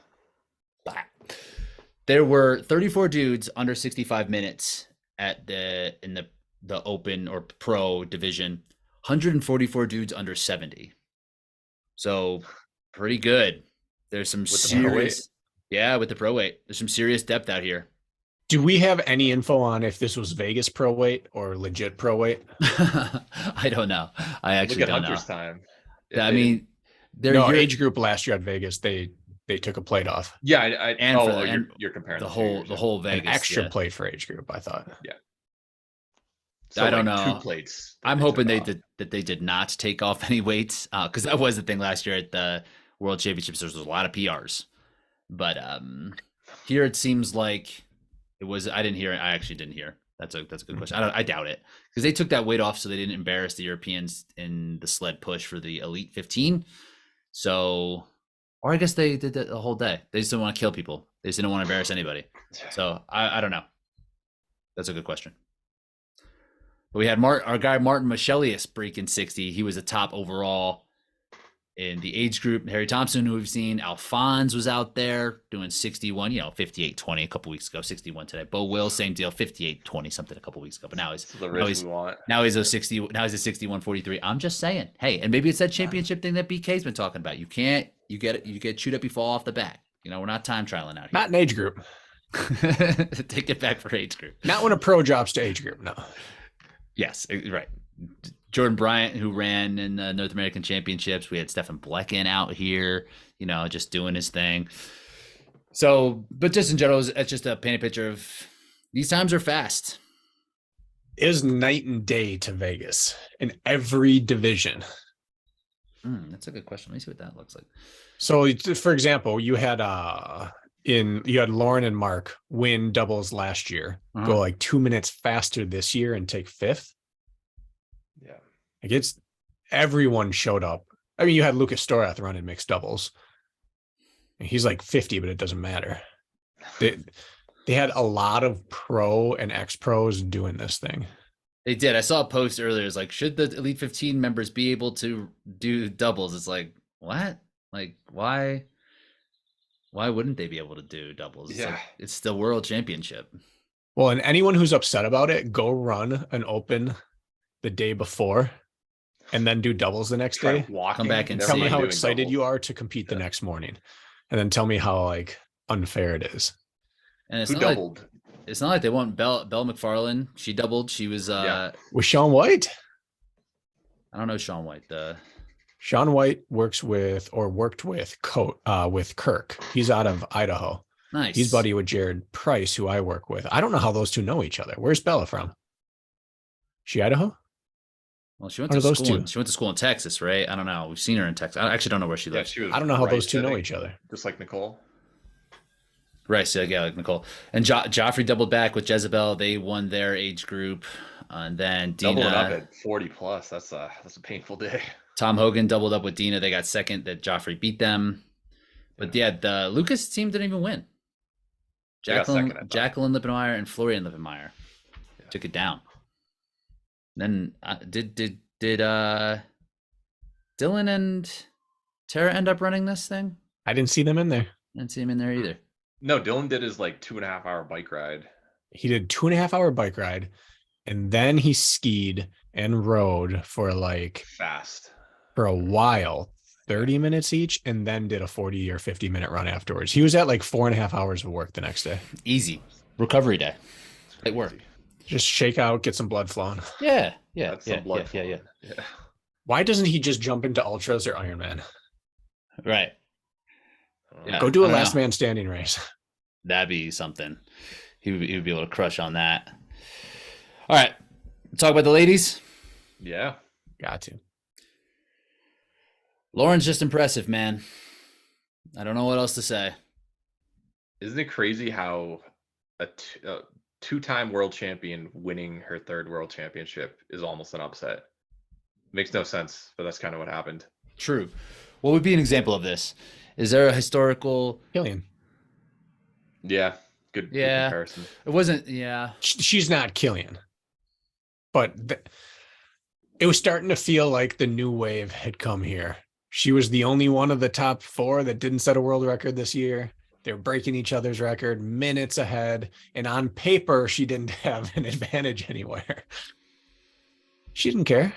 She must be maddening to prepare for, because you write it all down and say, I can beat her. I don't see a way she can beat me. And then she just does it. And then you look back and like, I don't know how this happened. And then she does it again.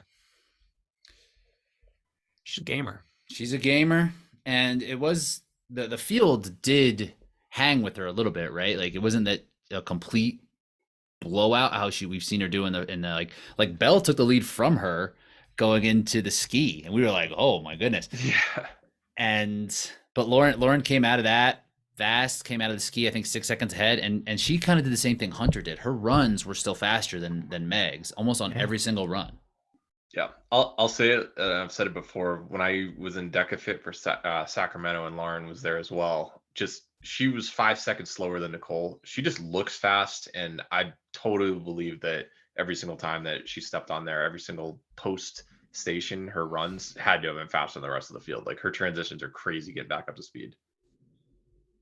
That was fun to watch because she got out and transitioned into the run, and Meg eased into the run and then closed it down. Right. And then honestly, I'm sure you've talked to her, but honestly, it just looked like Meg wasn't quite on her A game. Uh-huh. She looked a little more tired than usual, and she lost the ability to close down the runs towards the end. And that's all it takes for a Lauren to win. You don't need much of an opening for her to capitalize. And it's tough for everyone to be on their A game on the same day. Once Lauren went unbroken on the farmer's carry, I was like, I know that we talked heading into it that Meg has like a 20-second advantage on the lunges, and you figured she might have closed a little bit on the next run, that maybe she'd get back into it. But once Lauren went unbroken on those, or maybe she dropped it for like 0.2 seconds on the farmer's carry, I was like, this isn't her nemesis anymore. She's got it. She gained 15 seconds on Meg in just the farmers. That's crazy. That they We were were expecting the 40 opposite. seconds in the other direction. Yeah. Because it happened at previous world championships before. That's where she's always struggled on farmers carries. No more. Nope. She shored that up and like was able to push harder, and because she kept gaining on the runs then too. Like Meg is a faster runner, and when Meg ran that 58.50, she was running really, really well. You know, so like the way that Lauren was so aggressive coming out of every run, she probably put like she was getting like 2 to 5 seconds on these runs. It was probably within like the first 200 meters. Yeah. And it's so hard to run your best when it feels like you're getting dropped. We've all been there in a race where you're running a fast pace and someone faster moves ahead of you. And instead of being like, I'm on PR pace, this is sick, it's I'm getting dropped and I just can't access my, like that final little bit of juice you get from being successful or passing someone or feeling like you're gaining. When that's removed in a thing like Hyrox, it's really hard to stay on it. Yeah, and I think that the mental side Short laps. can certain the short laps. Those had to have played a difference. Just Probably couldn't see getting out her. of contact, Getting out of sight. Getting around corners. What's happening? And maybe that was something Lauren made a point to do, right? That is a viable race strategy. It's like, let me get around these corners to break that string. We've all done that in trail racing. It's like, oh, here comes a corner, and I know there's going to be a couple back-to-back switchbacks. I'm just going to throw in a little surge just so they won't see how far. I might only be 10 seconds ahead still, but if you can get out of sight, it psychologically damages your opponent. Where it really started to close was at the row. Meg came in, I think, 8 seconds back on the row and left 3 seconds behind, and then maintained that coming into the farmer's carry. So it looked like it was going to happen. It's like, okay, she took her punch. She covered those moves. She managed her energy appropriately. She hit this station strong where she can. And now at the back end is where Meg is going to excel, at least on the lunges, right? Farmers is a wash. Maybe even if Lauren has a good one, you think it's a wash because of what she's done in the past. Yeah. But she like made another move, threw another haymaker. She's just special. That's gutsy. We don't see people get caught and then, all right, I'll get to work now. It's just, she kept throwing, she's like a hunter in that physiological ability that's rare to keep throwing redline surges. And I guess we can't accurately identify redline. Right. We don't know. We can't look at her and say, she looks aggressive, so she's working harder, or Hunter has his pain face, so he must be redlined. But when everyone's raced and been near each other so long, we can pretty accurately guess what their capacity is compared to each other. And when someone's surging aggressively against that, there is a cost associated with it. And she can absorb that cost better than most people can. She can spike and stay high. And she and Hunter get that almost like a reset. You switch to a new modality, I'm a little fresher. Mm-hmm. Whereas most of us carry that fatigue into that new modality. Mm. Yeah, so that was something she was really able to do. And I think just being able to kind of put that pressure on, and I think it stretched Meg in terms of her station work and kind of pushed her out of her comfort zone where she wanted to be on the stations, which subsequently hurt her runs. Who's the better championship performer, Lauren or Hunter? Well, Lauren, has she been beaten? Lauren laid an egg one time, I think that Dallas race where Rachel Von der Rock came in. It was like the Hyrox Invitational. It was like just after it was just after COVID, and she had just won that the world championship on the curved treadmills, like the Leipzig or not Leipzig, wherever that was. Was it Berlin? Potentially. But she was like the reigning world championship. This is like a big race coming out of it, and Rachel Von der Rock just gave it to her. I think she got beat by the doctor, obviously Becca Hammond, right? I think she got third that race. So that was like really when we saw like, oh, she kind of dropped the ball here. But since then, I think that she's performed at least to her ability at every race that we've seen. Yeah. So what do you even do? What do you do? Well, the thing is that while Hunter would leave me feeling depressed, Lauren would still leave me feeling hopeful. Like May can still look at her and say, "Is my first year. Mhm. I still have a higher ceiling, I believe, in most stations. She has me on experience. Maybe I didn't travel as well. My PR is minutes ahead of her. I know like in Meg's mind, she can still say, I know I can be better than her. And you have Lauren continually saying, listen, Meg's better than me. I managed to pull it together. I had a better day, but Meg's better. You don't get that with Hunter. Hunter slams the door in your face after he slammed the door in your face. Mhm. So I think it's more optimistic racing against Meg, but I think it's more confounding to get there and be like, I don't get it. Right. It's like, how do you, it's like, I almost think it is that formula might be like what Michaela did in Chicago. It's like Lauren, if you try to run Lauren's race, it's not going to go well. Like same way, if you try to run Hunter's race, I don't think that that's a viable way to do it. If you can kind of maintain and manage the gaps and manage your energy to then make a move later, like that's probably the best bet to beat Hunter. But Hunter's just so much ahead of everybody, where Lauren might be on that same playing field as Hunter, but the next athlete below, Meg, is just also on that tier. Where on the men's side, like it's a different tier, you know. So maybe it is like if it's like not running, not because Lauren might have that intangible where she can go into the red line, come back out, and if you go there with her, you might not have that, and it's just gonna be fucking pain cave. There are people that if you race next to them, you're gonna race better. She's not that person. No, because she transitions aggressively and she does, you don't want that. You want this smoother ramp up of pain and effort. And she's just going to spike you. Even if she gets out faster and then like Meg did, you close down at the end. It's a constant just like issue to deal with. And it takes you out of it's not like Dylan and Megita rolling up through the field together. No one rolls with Lauren. So she's a problem to race next to. You're right. Sorry, Jack. But Michaela doing that thing where she was so far out of sight, she didn't have to deal with Lauren's surges. She just got her splits at the end of each station. Like she got to see the net gain or loss. She didn't have to be like, I was 4 seconds. Now it's 12 and I don't know what just happened. And now I'm back to 8, but man, I surged to get back to 8. She just did her thing. If you're Lauren, just remember that David Rudisha 800-meter world record. It's like he was supposed to win. He's like, good luck keeping up with me. I'm going to run my race. You're never going to be able to hang on. And that's exactly what happened. Set a world record. A lot of people set PRs behind, but most people really weren't that close. You had Nigel Amos closing in at the end. He set a huge PR on that race, but like still that went with them a little bit and just couldn't hang. You don't really see it in the track and field world too often though, when the person who's supposed to win just like sets out from the start and is like, I'm going to lead wire to wire. It happens in hybrid though. I don't understand the difference. Like Hunter did it on the men's side, Lauren did it on the women's side, and it happens not just at this race, but consistently. You always see the cream of the crop go right to the front at the beginning, it seems. And when it comes to someone like Lauren, I would imagine that the racers are similar in the OCR scene where it's like surge, like always a battle to try to break each other. That seems to be how she's racing. Where like, yeah, track and field athletes, it's like manage, like strike.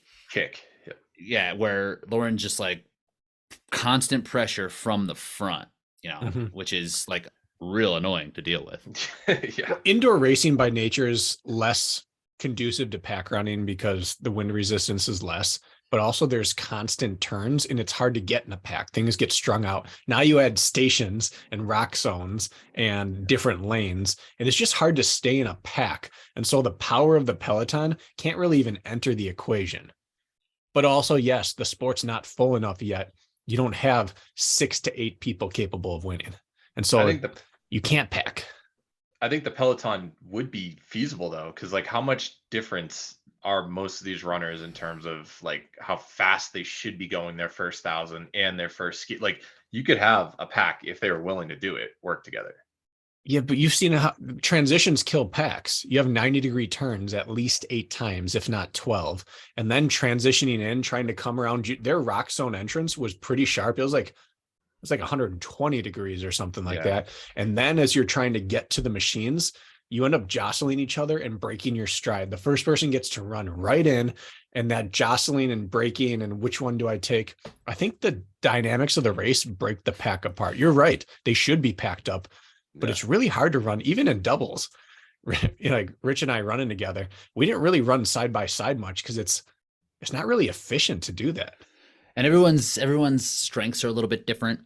You know, True. people are like, we don't have a set way. And maybe eventually when, you know, if these times start dipping closer to like 50, there will be like a real set way on how to do every single station and every single run.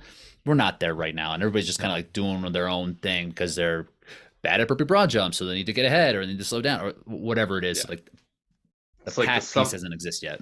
It's like the sum of your parts. Everyone might be running 29 and a half to 30 minutes, but like at what cost? At different places. They have to Right. time it differently to achieve that total. So it seems like right now.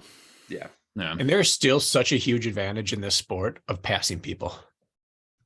Yeah. It just the sport keeps you so on the edge, even compared to running. Very rarely do you redline early in any running race. It's about managing and staying below it as long as possible.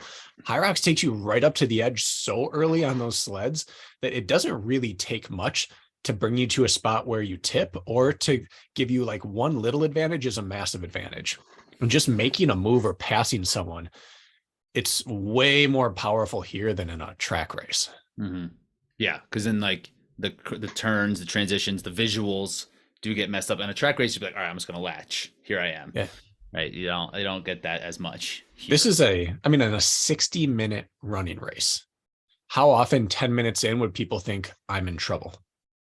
Like only if you're sick. You would never start to even guess how your day is going. No. You're not even Like, working at that point. Right. Even in a 4-minute race, if a quarter of the way in, if you came through the 400 in a mile, like this is really bad already.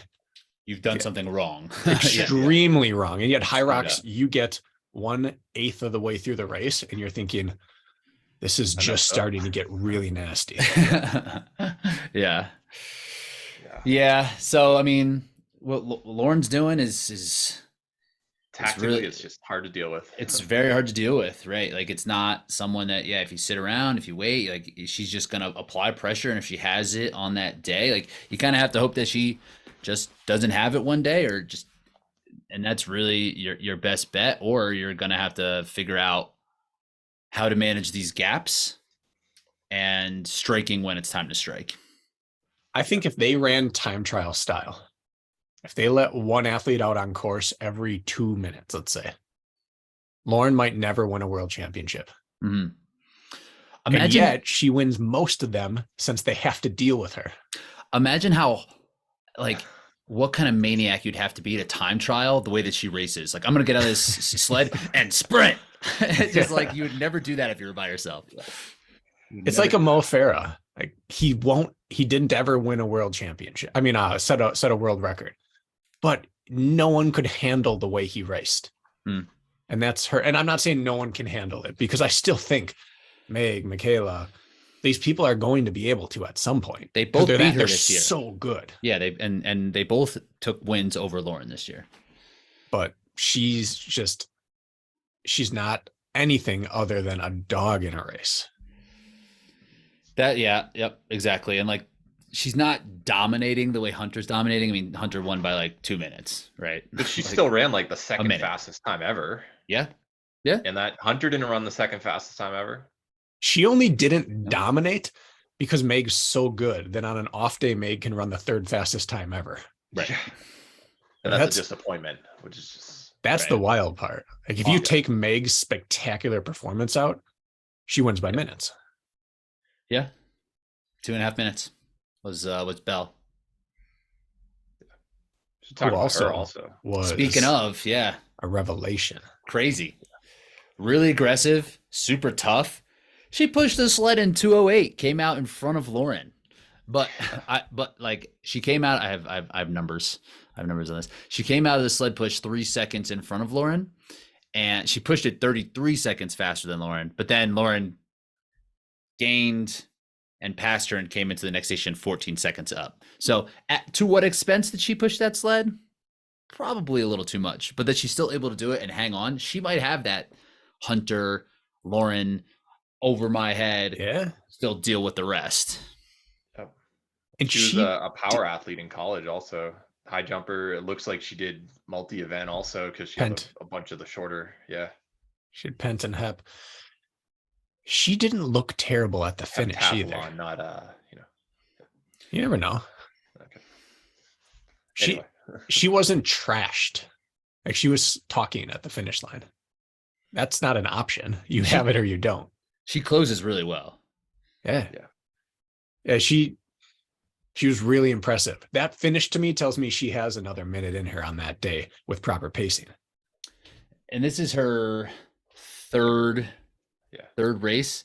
Like, and she's really like, I think her first one, she's always pushed a little bit too crazy, but the pull on her first one was really challenging for her. Her pull on this one, she was like mid pack, still 4:38, but she was in over her head. Right. So, it's not like she had like a 7.5 minute on her first one, and she's pretty slight in frame, but she's clearly strong and knows how to move around. She's a what's the word? Multi-sport, multi-event athlete on the track. So she's a great athlete, clearly. Yeah. So it's just going to take her some time to figure all that stuff out. But yeah, the pacing piece, I don't know what kind of distance background she has. If you wanted to, could you go 2-0 in a push in a race? If I straight up wanted to, it would suck. Maybe. And then how long would it take to recover after? Of just like standing still? No, of racing. Could you get the race back in you by just like surviving? Maybe, but I would give back, 40 seconds on the run. It sounds like a horrific way of starting out a world championship. And maybe she was able to make good moves on her sled push in the previous two. I don't know if we got a good video of it in this one, but have you seen how she pushes it? The double wrap or whatever? She leans all the way in through it, and her arms are hooked behind it. Like her shoulders are all the way in, and her hands are grabbing the poles behind her. And so she's way on top of it. She probably has her trap into the middle post as well. So she has another sled push pull. Another, She's utilizing everything. I think that's next level. I've seen people lean all the way through and push the other side. Other hand to the other side. So you can do that. That's something that can work as well. But that would seem like it would just drive it further into the ground in front. I don't think it would lift if you're pushing it from your trap in the front, because you're pushing kind of from the middle then. I just can't get with that straight arm push. There were some people pushing up overhead. Was doing that. Yeah, that's not going to work unless you are super strong and stable overhead. Yeah. Runners, that ain't going to work. Nope. But yeah, it seems like there is a lot of potential here. I mean, she's already been on the world podium. I love to see her at DECA because she looks more like the runner, right? Like that's her build anyway. Her background is, like in multi-event. So maybe, Jack, do you got any stats on what her 800 was at the end of? I can look it up, but keep talking about her. But her stride screams 10K stud. She runs like a distance athlete. She has like a rhythmic efficiency to her that says, I've been running distance for years. It doesn't say the longest I ran in competition was 800 in college. Right. Maybe those people are prancers when they run. Most of those multi-athletes. Yeah. They got to run 110 hurdles. They got to run a 400-meter dash. Like they're sprinters. They got to throw. They're power athletes. Yeah. Yeah. What do you think her 400 and 800 open PRs are? 56 and 214. 56. I was going to go a little bit I was going to go 57 mid and 220. 62.2, 224.2. Okay. I not was that fast. Not close. You were not close. But given props. Yeah, 62 mid, that doesn't slow twitch. She went 64.59 in the 400 hurdles. So she was probably close to do 61. Oh, she did 64 in the hurdles. Oh shit. Yeah. Okay. Yeah. Well, I mean, if you're 2.5 really efficient, that's actually kind of consistent because the women's hurdles are a little lower. So you have a little more closed gap for hurdles versus open 4. I was 6.5 seconds. 6.5. Yeah, you'd want him. Carson Warholm, he's only 2.5. I was sprint and jump. Yeah. Maybe she's slow twitch. Maybe she's more jumper technique. Yeah. Clearly. Maybe she's technique. I mean, she's making waves on that sled technique. She's taking that heptathlon style and just moving technique into this thing. So is that the future?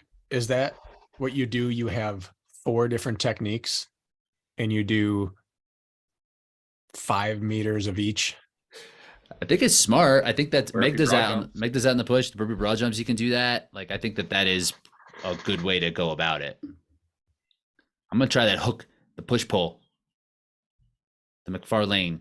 Like 10 steps, 1 breath, new technique. 10 steps, 2 breaths, new technique. If you're not limited by what's going on aerobically and you're not tipping over, if it's just a muscular endurance thing, I think that's the best way to do Just it. keep switching angles. Yeah. If you can do it, if you can make the transition seamless and just be ready to do it, be skilled enough in all of them, I think it makes sense. I'm gonna do it. Let's You're make it gonna do happen. I'm gonna do it. Yeah, I'm gonna do it. I want something new out of you too. On the push. Yeah. I've seen people do the head. The head push. Maybe I'm gonna go no arms. Save The my worm. shoulders. What about pop shoulder pads on? Just save the arms totally. like those shock pads? Yeah. You can put those under that are a little bit wider. Yeah. Maybe you could have someone in the crowd give them to you. Just pop them right on. Boop. Maybe Well, yeah. isn't that what and a helmet? Wasn't Hunter receiving some aid from the crowd? No, it looked like he was grabbing it from the table. It looked like they let the Okay. the athletes put water bottles on the table like a marathon, which they should do. Assigned, yeah. Which they Okay. definitely should do. It was way out of the way. Yeah, they're never good at efficiency on that, and because it's like if you put it on the run course, like it's just going to be a slippery mess. Yeah. You know, so you kind of have to. I think that's part of the deal. Yeah. Shout outs to Vivian Tafuto. She's Is that it? next. Tafuto? Tafuto, I believe. Hmm. She's next, dude. She's that one. She's still kind of like she's young.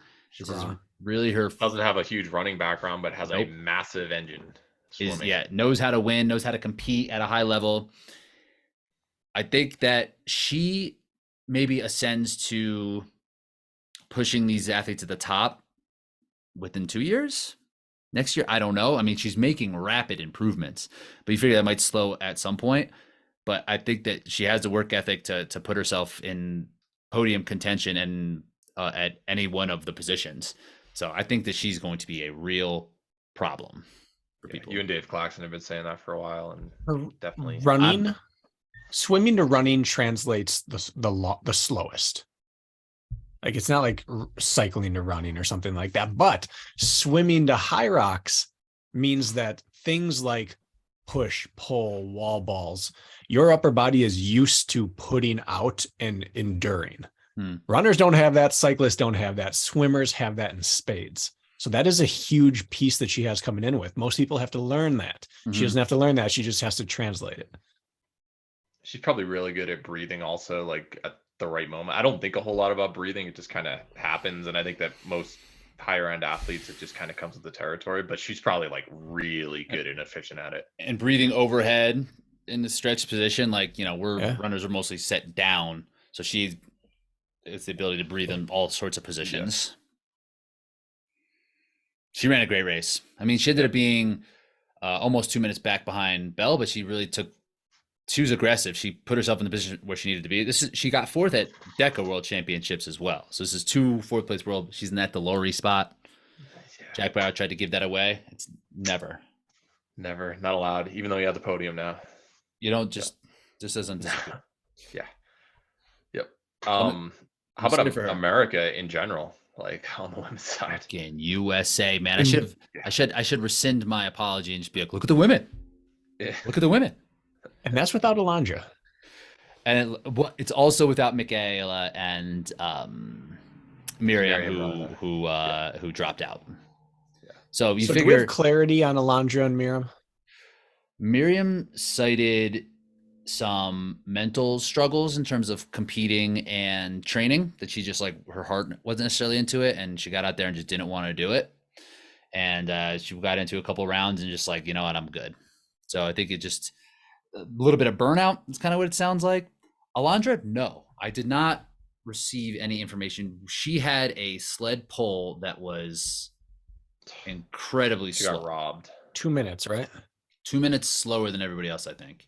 She was like a 5:56 on the sled pull, which was last, and she came into the sled pull not that far back, and like we saw on the live stream that she seemed unhappy. She was like, not hysterical, but like she was very pissed at that moment. So she came into the sled pull in 7th, and then she was like about 57 seconds back from Lauren. She came out of it in 13th, 2 minutes and 41 seconds slower than. And Alondra's strong. That's not an area where she's typically going to struggle. And yeah, and I know Tara So- Jackson ran an extra lap also, so it think makes you Tara ran an wonder, extra like, lap. Were there a couple other things that happened throughout the race? It's just so disheartening to have it happen at a championship that you traveled across the ocean for. She's been performing so well all year. After an awesome Deca, she's been pushing the podium at both of the regional championships in Hyrox. Like she was said, like the way that this race played out, like third place was hers, right? I mean, you don't anticipate Bell running a 62, which is faster than Alondra's PR by like maybe like a minute or maybe like just under. But like you figure One like of those that's yeah, right. And Bell like kind of surprising everybody, like that is Alondra's spot without Miriam and Michaela in it. So that's a total bummer. So we don't know, but the USA we took 5 of the top 7, I believe. With And who's the one that we didn't mention? Chris Rogloski coming in 7th. Yep, which was a good race for her. 65.05. It's a good time. Yeah. Looked like she was bringing it. It's weird. It's weird that after a year after winning a world title, it's like 7th is a good race for her. But I mean, she came in this year. She had 3 races over 4 that were in like the 69 to 70 range, and then just put out another 65 on championship day. And I think she was like within a minute of 4th or 5th, wasn't she? You've got the results pulled up right there, but she wasn't like too far back. No, yeah, 5th. Viola was about a minute ahead of her. Okay, yeah. 7th 5th. would have been a success last year at Worlds for her.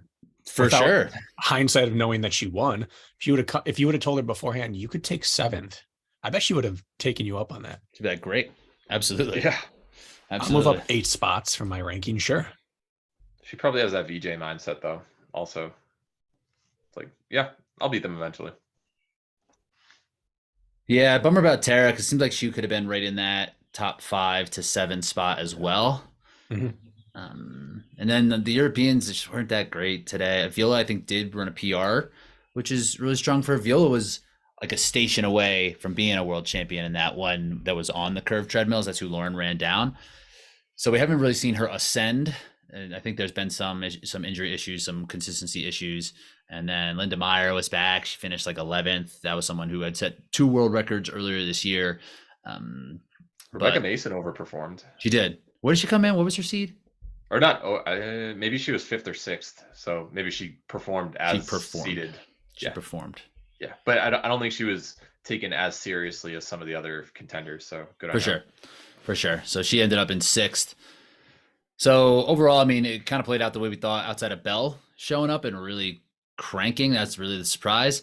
But we figured it was gonna be a 2-athlete race, and that's what we got. Yep. That's what we got. On the women's end, on the pro side of things, Camila Massa was the top finisher, dropping a 65.45. That's a PR for her and showing like, she could have run in that elite 15 She would have race. been top 10. Yeah. She would have been top 10 for sure. So she continues to get better and better.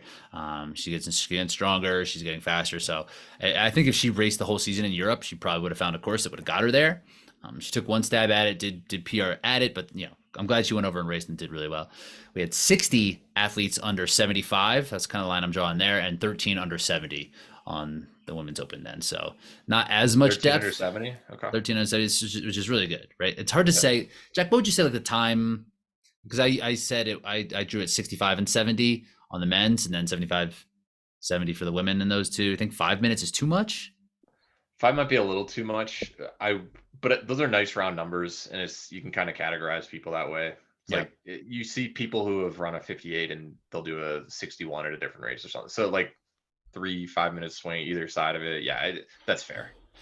Yeah, and that's just kind of anecdotally where I see a lot of women kind of like, this is my goal. This is my goal. Yeah. So those are like just kind of round numbers. No, if you have a 6 in front of your time on the women's side, that is you're definitely on the brink of something good. Yeah, in previous years you'd be fighting for top 5. Yeah. I think Lauren didn't even break 70 her first ever race. Yeah, for sure.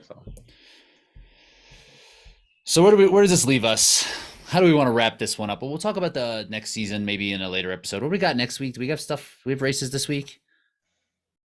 Memorial Day kind of took everything off. Maybe CrossFit Games, who's going to be there, but I'd rather only do that specifically about the CrossFit Games. We'll do that way. We'll do that way Yeah. later. You guys need to catch all the way up. BK, you got a ton of research and work to do on that. Great treadmill and assault bike rower content.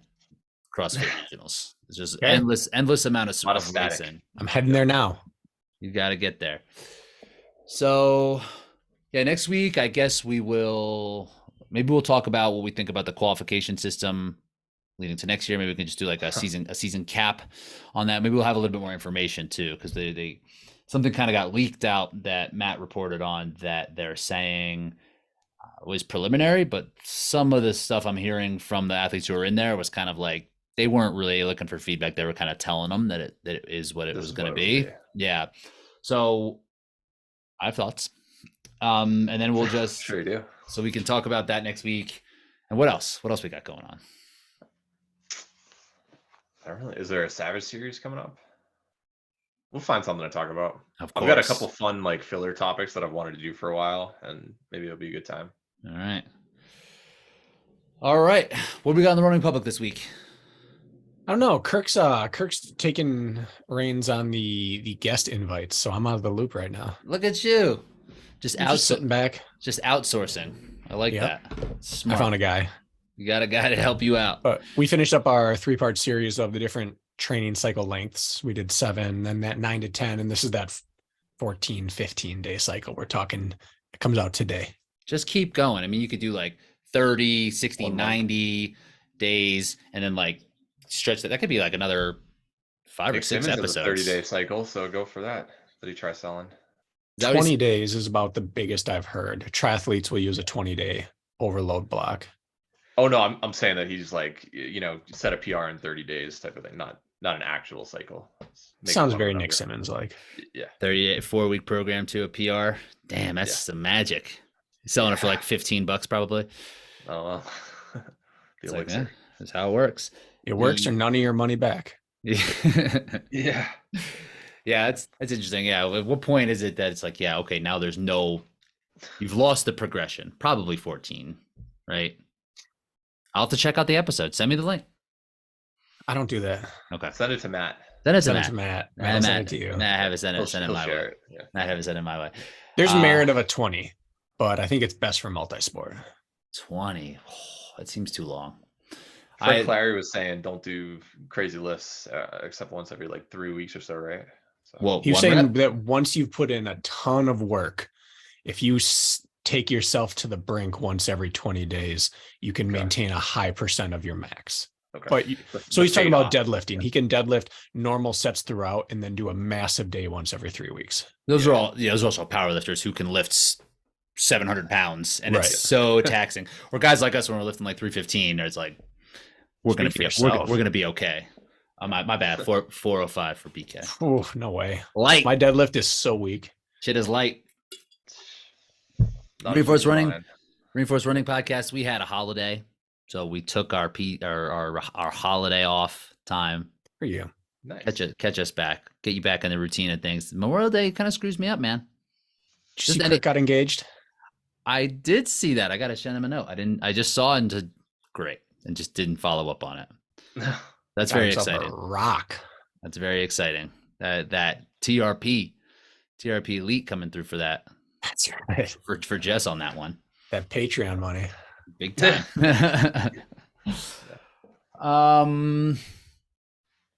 Celtics. Wow. I personally never want to see a Boston New England team win. I just don't like it. I don't want it to get it. happen. I don't like anybody from that general region. But the way that they lost was just like how the Sixers lost, and it hurt my stomach. I didn't want it to happen to you guys like that. It's like, what do you do now? That team, what do you do? They couldn't do anything. Well, Jaylen Brown's not going to resign, realistically, and yeah, they couldn't hit the side of a barn with the ball. Like they were throwing up terrible shots, like Al Horford shooting with 2 seconds left in the shot clock every time, and then Miami would get the ball, and basically every single time they'd have pressure in the corner, and then just hit some fadeaway three under pressure, and somehow it would go in for that. Like nothing the Celtics could do would actually go in. Let's not somehow it would go in. These Look, are professional shot makers. I'm aware, but there were a lot of uncontested threes and stupid shot decisions on the Celtics side. Like I was watching this in the hospital bed and I was like, this hurts almost more than my leg right now. So That's what they do when they start screwing, when they start like bailing on games, they just shoot threes. yeah, They will just look for quick threes and shoot them, and they miss them, and then they just double down like, oh, we're down now. Now we got to keep shooting threes. yeah. So they did one of those games where they don't show up. The thing is, they're going to have to shake it up or disband or something, and yet they have a championship roster. Problem is, they've had a championship roster for like 5 years and it hasn't worked. So they're 7 years. Yeah. They're gonna have to try something different, but they don't need to change, but they have to change. I know they shouldn't have to change, but the something about the DNA of the team isn't working, and like these, like I know Tatum did twist his ankle or whatever, but like how many games is he just not going to show up? Like how when he showed, and then all of a sudden he remembers like, oh yeah, actually I'm awesome. I'll score 40 this game, 51, and then he just doesn't score in the fourth quarter. Like how many points did he score in the fourth quarter total this whole series? I'm gonna look that up. He's one of those players that would almost be better off if he didn't have a jump shot, because he can make tough shots, but he's not a high percentage shooter. And he forgets both those things because he's so good at making shots sometimes. But over the course of 7 games, he's not a high percentage shooter. Yeah. I don't know. He ran into some Milwaukee boys is what happened. Who's that? Jimmy Butler played at Marquette. You're claiming Butler? Where'd he go to college? I know he went to Marquette. If he played at James St. Joe's, you'd be that's claiming him. What's that? that? Like the upper side of the state. Milwaukee? Marquette is downtown Milwaukee. I thought it was in the city of Marquette, which is like there is a Marquette, and we also Okay. have Marquette County, but no, this is Marquette University, downtown Milwaukee. If he went to St. Joe's, I wouldn't classify him as a Philly boy. I'd say, oh, he's a St. Joe's guy. Well, then maybe you have more Philly boys at your disposal than we do. You just got to take them. You just got to grab on. And Hero is from Franklin. That's one town over. Is that right? Yeah, I don't want to claim him. You got him. You have to. It makes sense. But he's one of ours. That's your guy. He represents the other half of us. That's true. Yeah, and I wonder if he's even going to come back, because Denver today it said he's targeting game 3. Like, do they need him though? Like, what is he like? They got to keep Caleb Martin on the floor. He's got to play. Some dog in him. He's all of a sudden awesome. He basically was waived, was like didn't have a team. Now he's better than Jaylen Brown. Oh no. Spoelstra, coach of the decade. He's amazing. He is not a flash in the pan. I was like, yeah, he's got Wade, Bosch, and LeBron. That's the only reason why. Nope, he's Not done the it. case. Basically three separate teams he's made it with. Some people can generate culture and make it stick, and that man can. And that's I think it'd be really tough to play with spoiled millionaires and get them to just be what you need on a team, and he knows how to do it. With all the temptation in Miami, also, like that's a hard environment to do it in, I bet. That's got to be and that's the thing that is missing from Boston, right? That's just they had 3 coaches in 3 years. The culture isn't set in place. These are young guys who might not know how to do it. They're the veteran presence. Someone like Horford, who's also bounced around. He hasn't been on that team. He's only been on that team back again for 2 years or so. The Heat have Haslam, so he's a good locker room presence. Man, and Butler's not fucking around. So I just love Pat Riley when they okayed their new practice facility. They put it on the bay and put in no windows. That's just like all you need to know about that organization. It's like prime real estate, here. No windows. That's We're amazing. here to sweat. That's big balling. That is. All right, squad. So great episode. Great watch along. Great Hyrox season. Great-ish. Removing myself from it. It's a great season. But nice work, fellas. All right. That's it.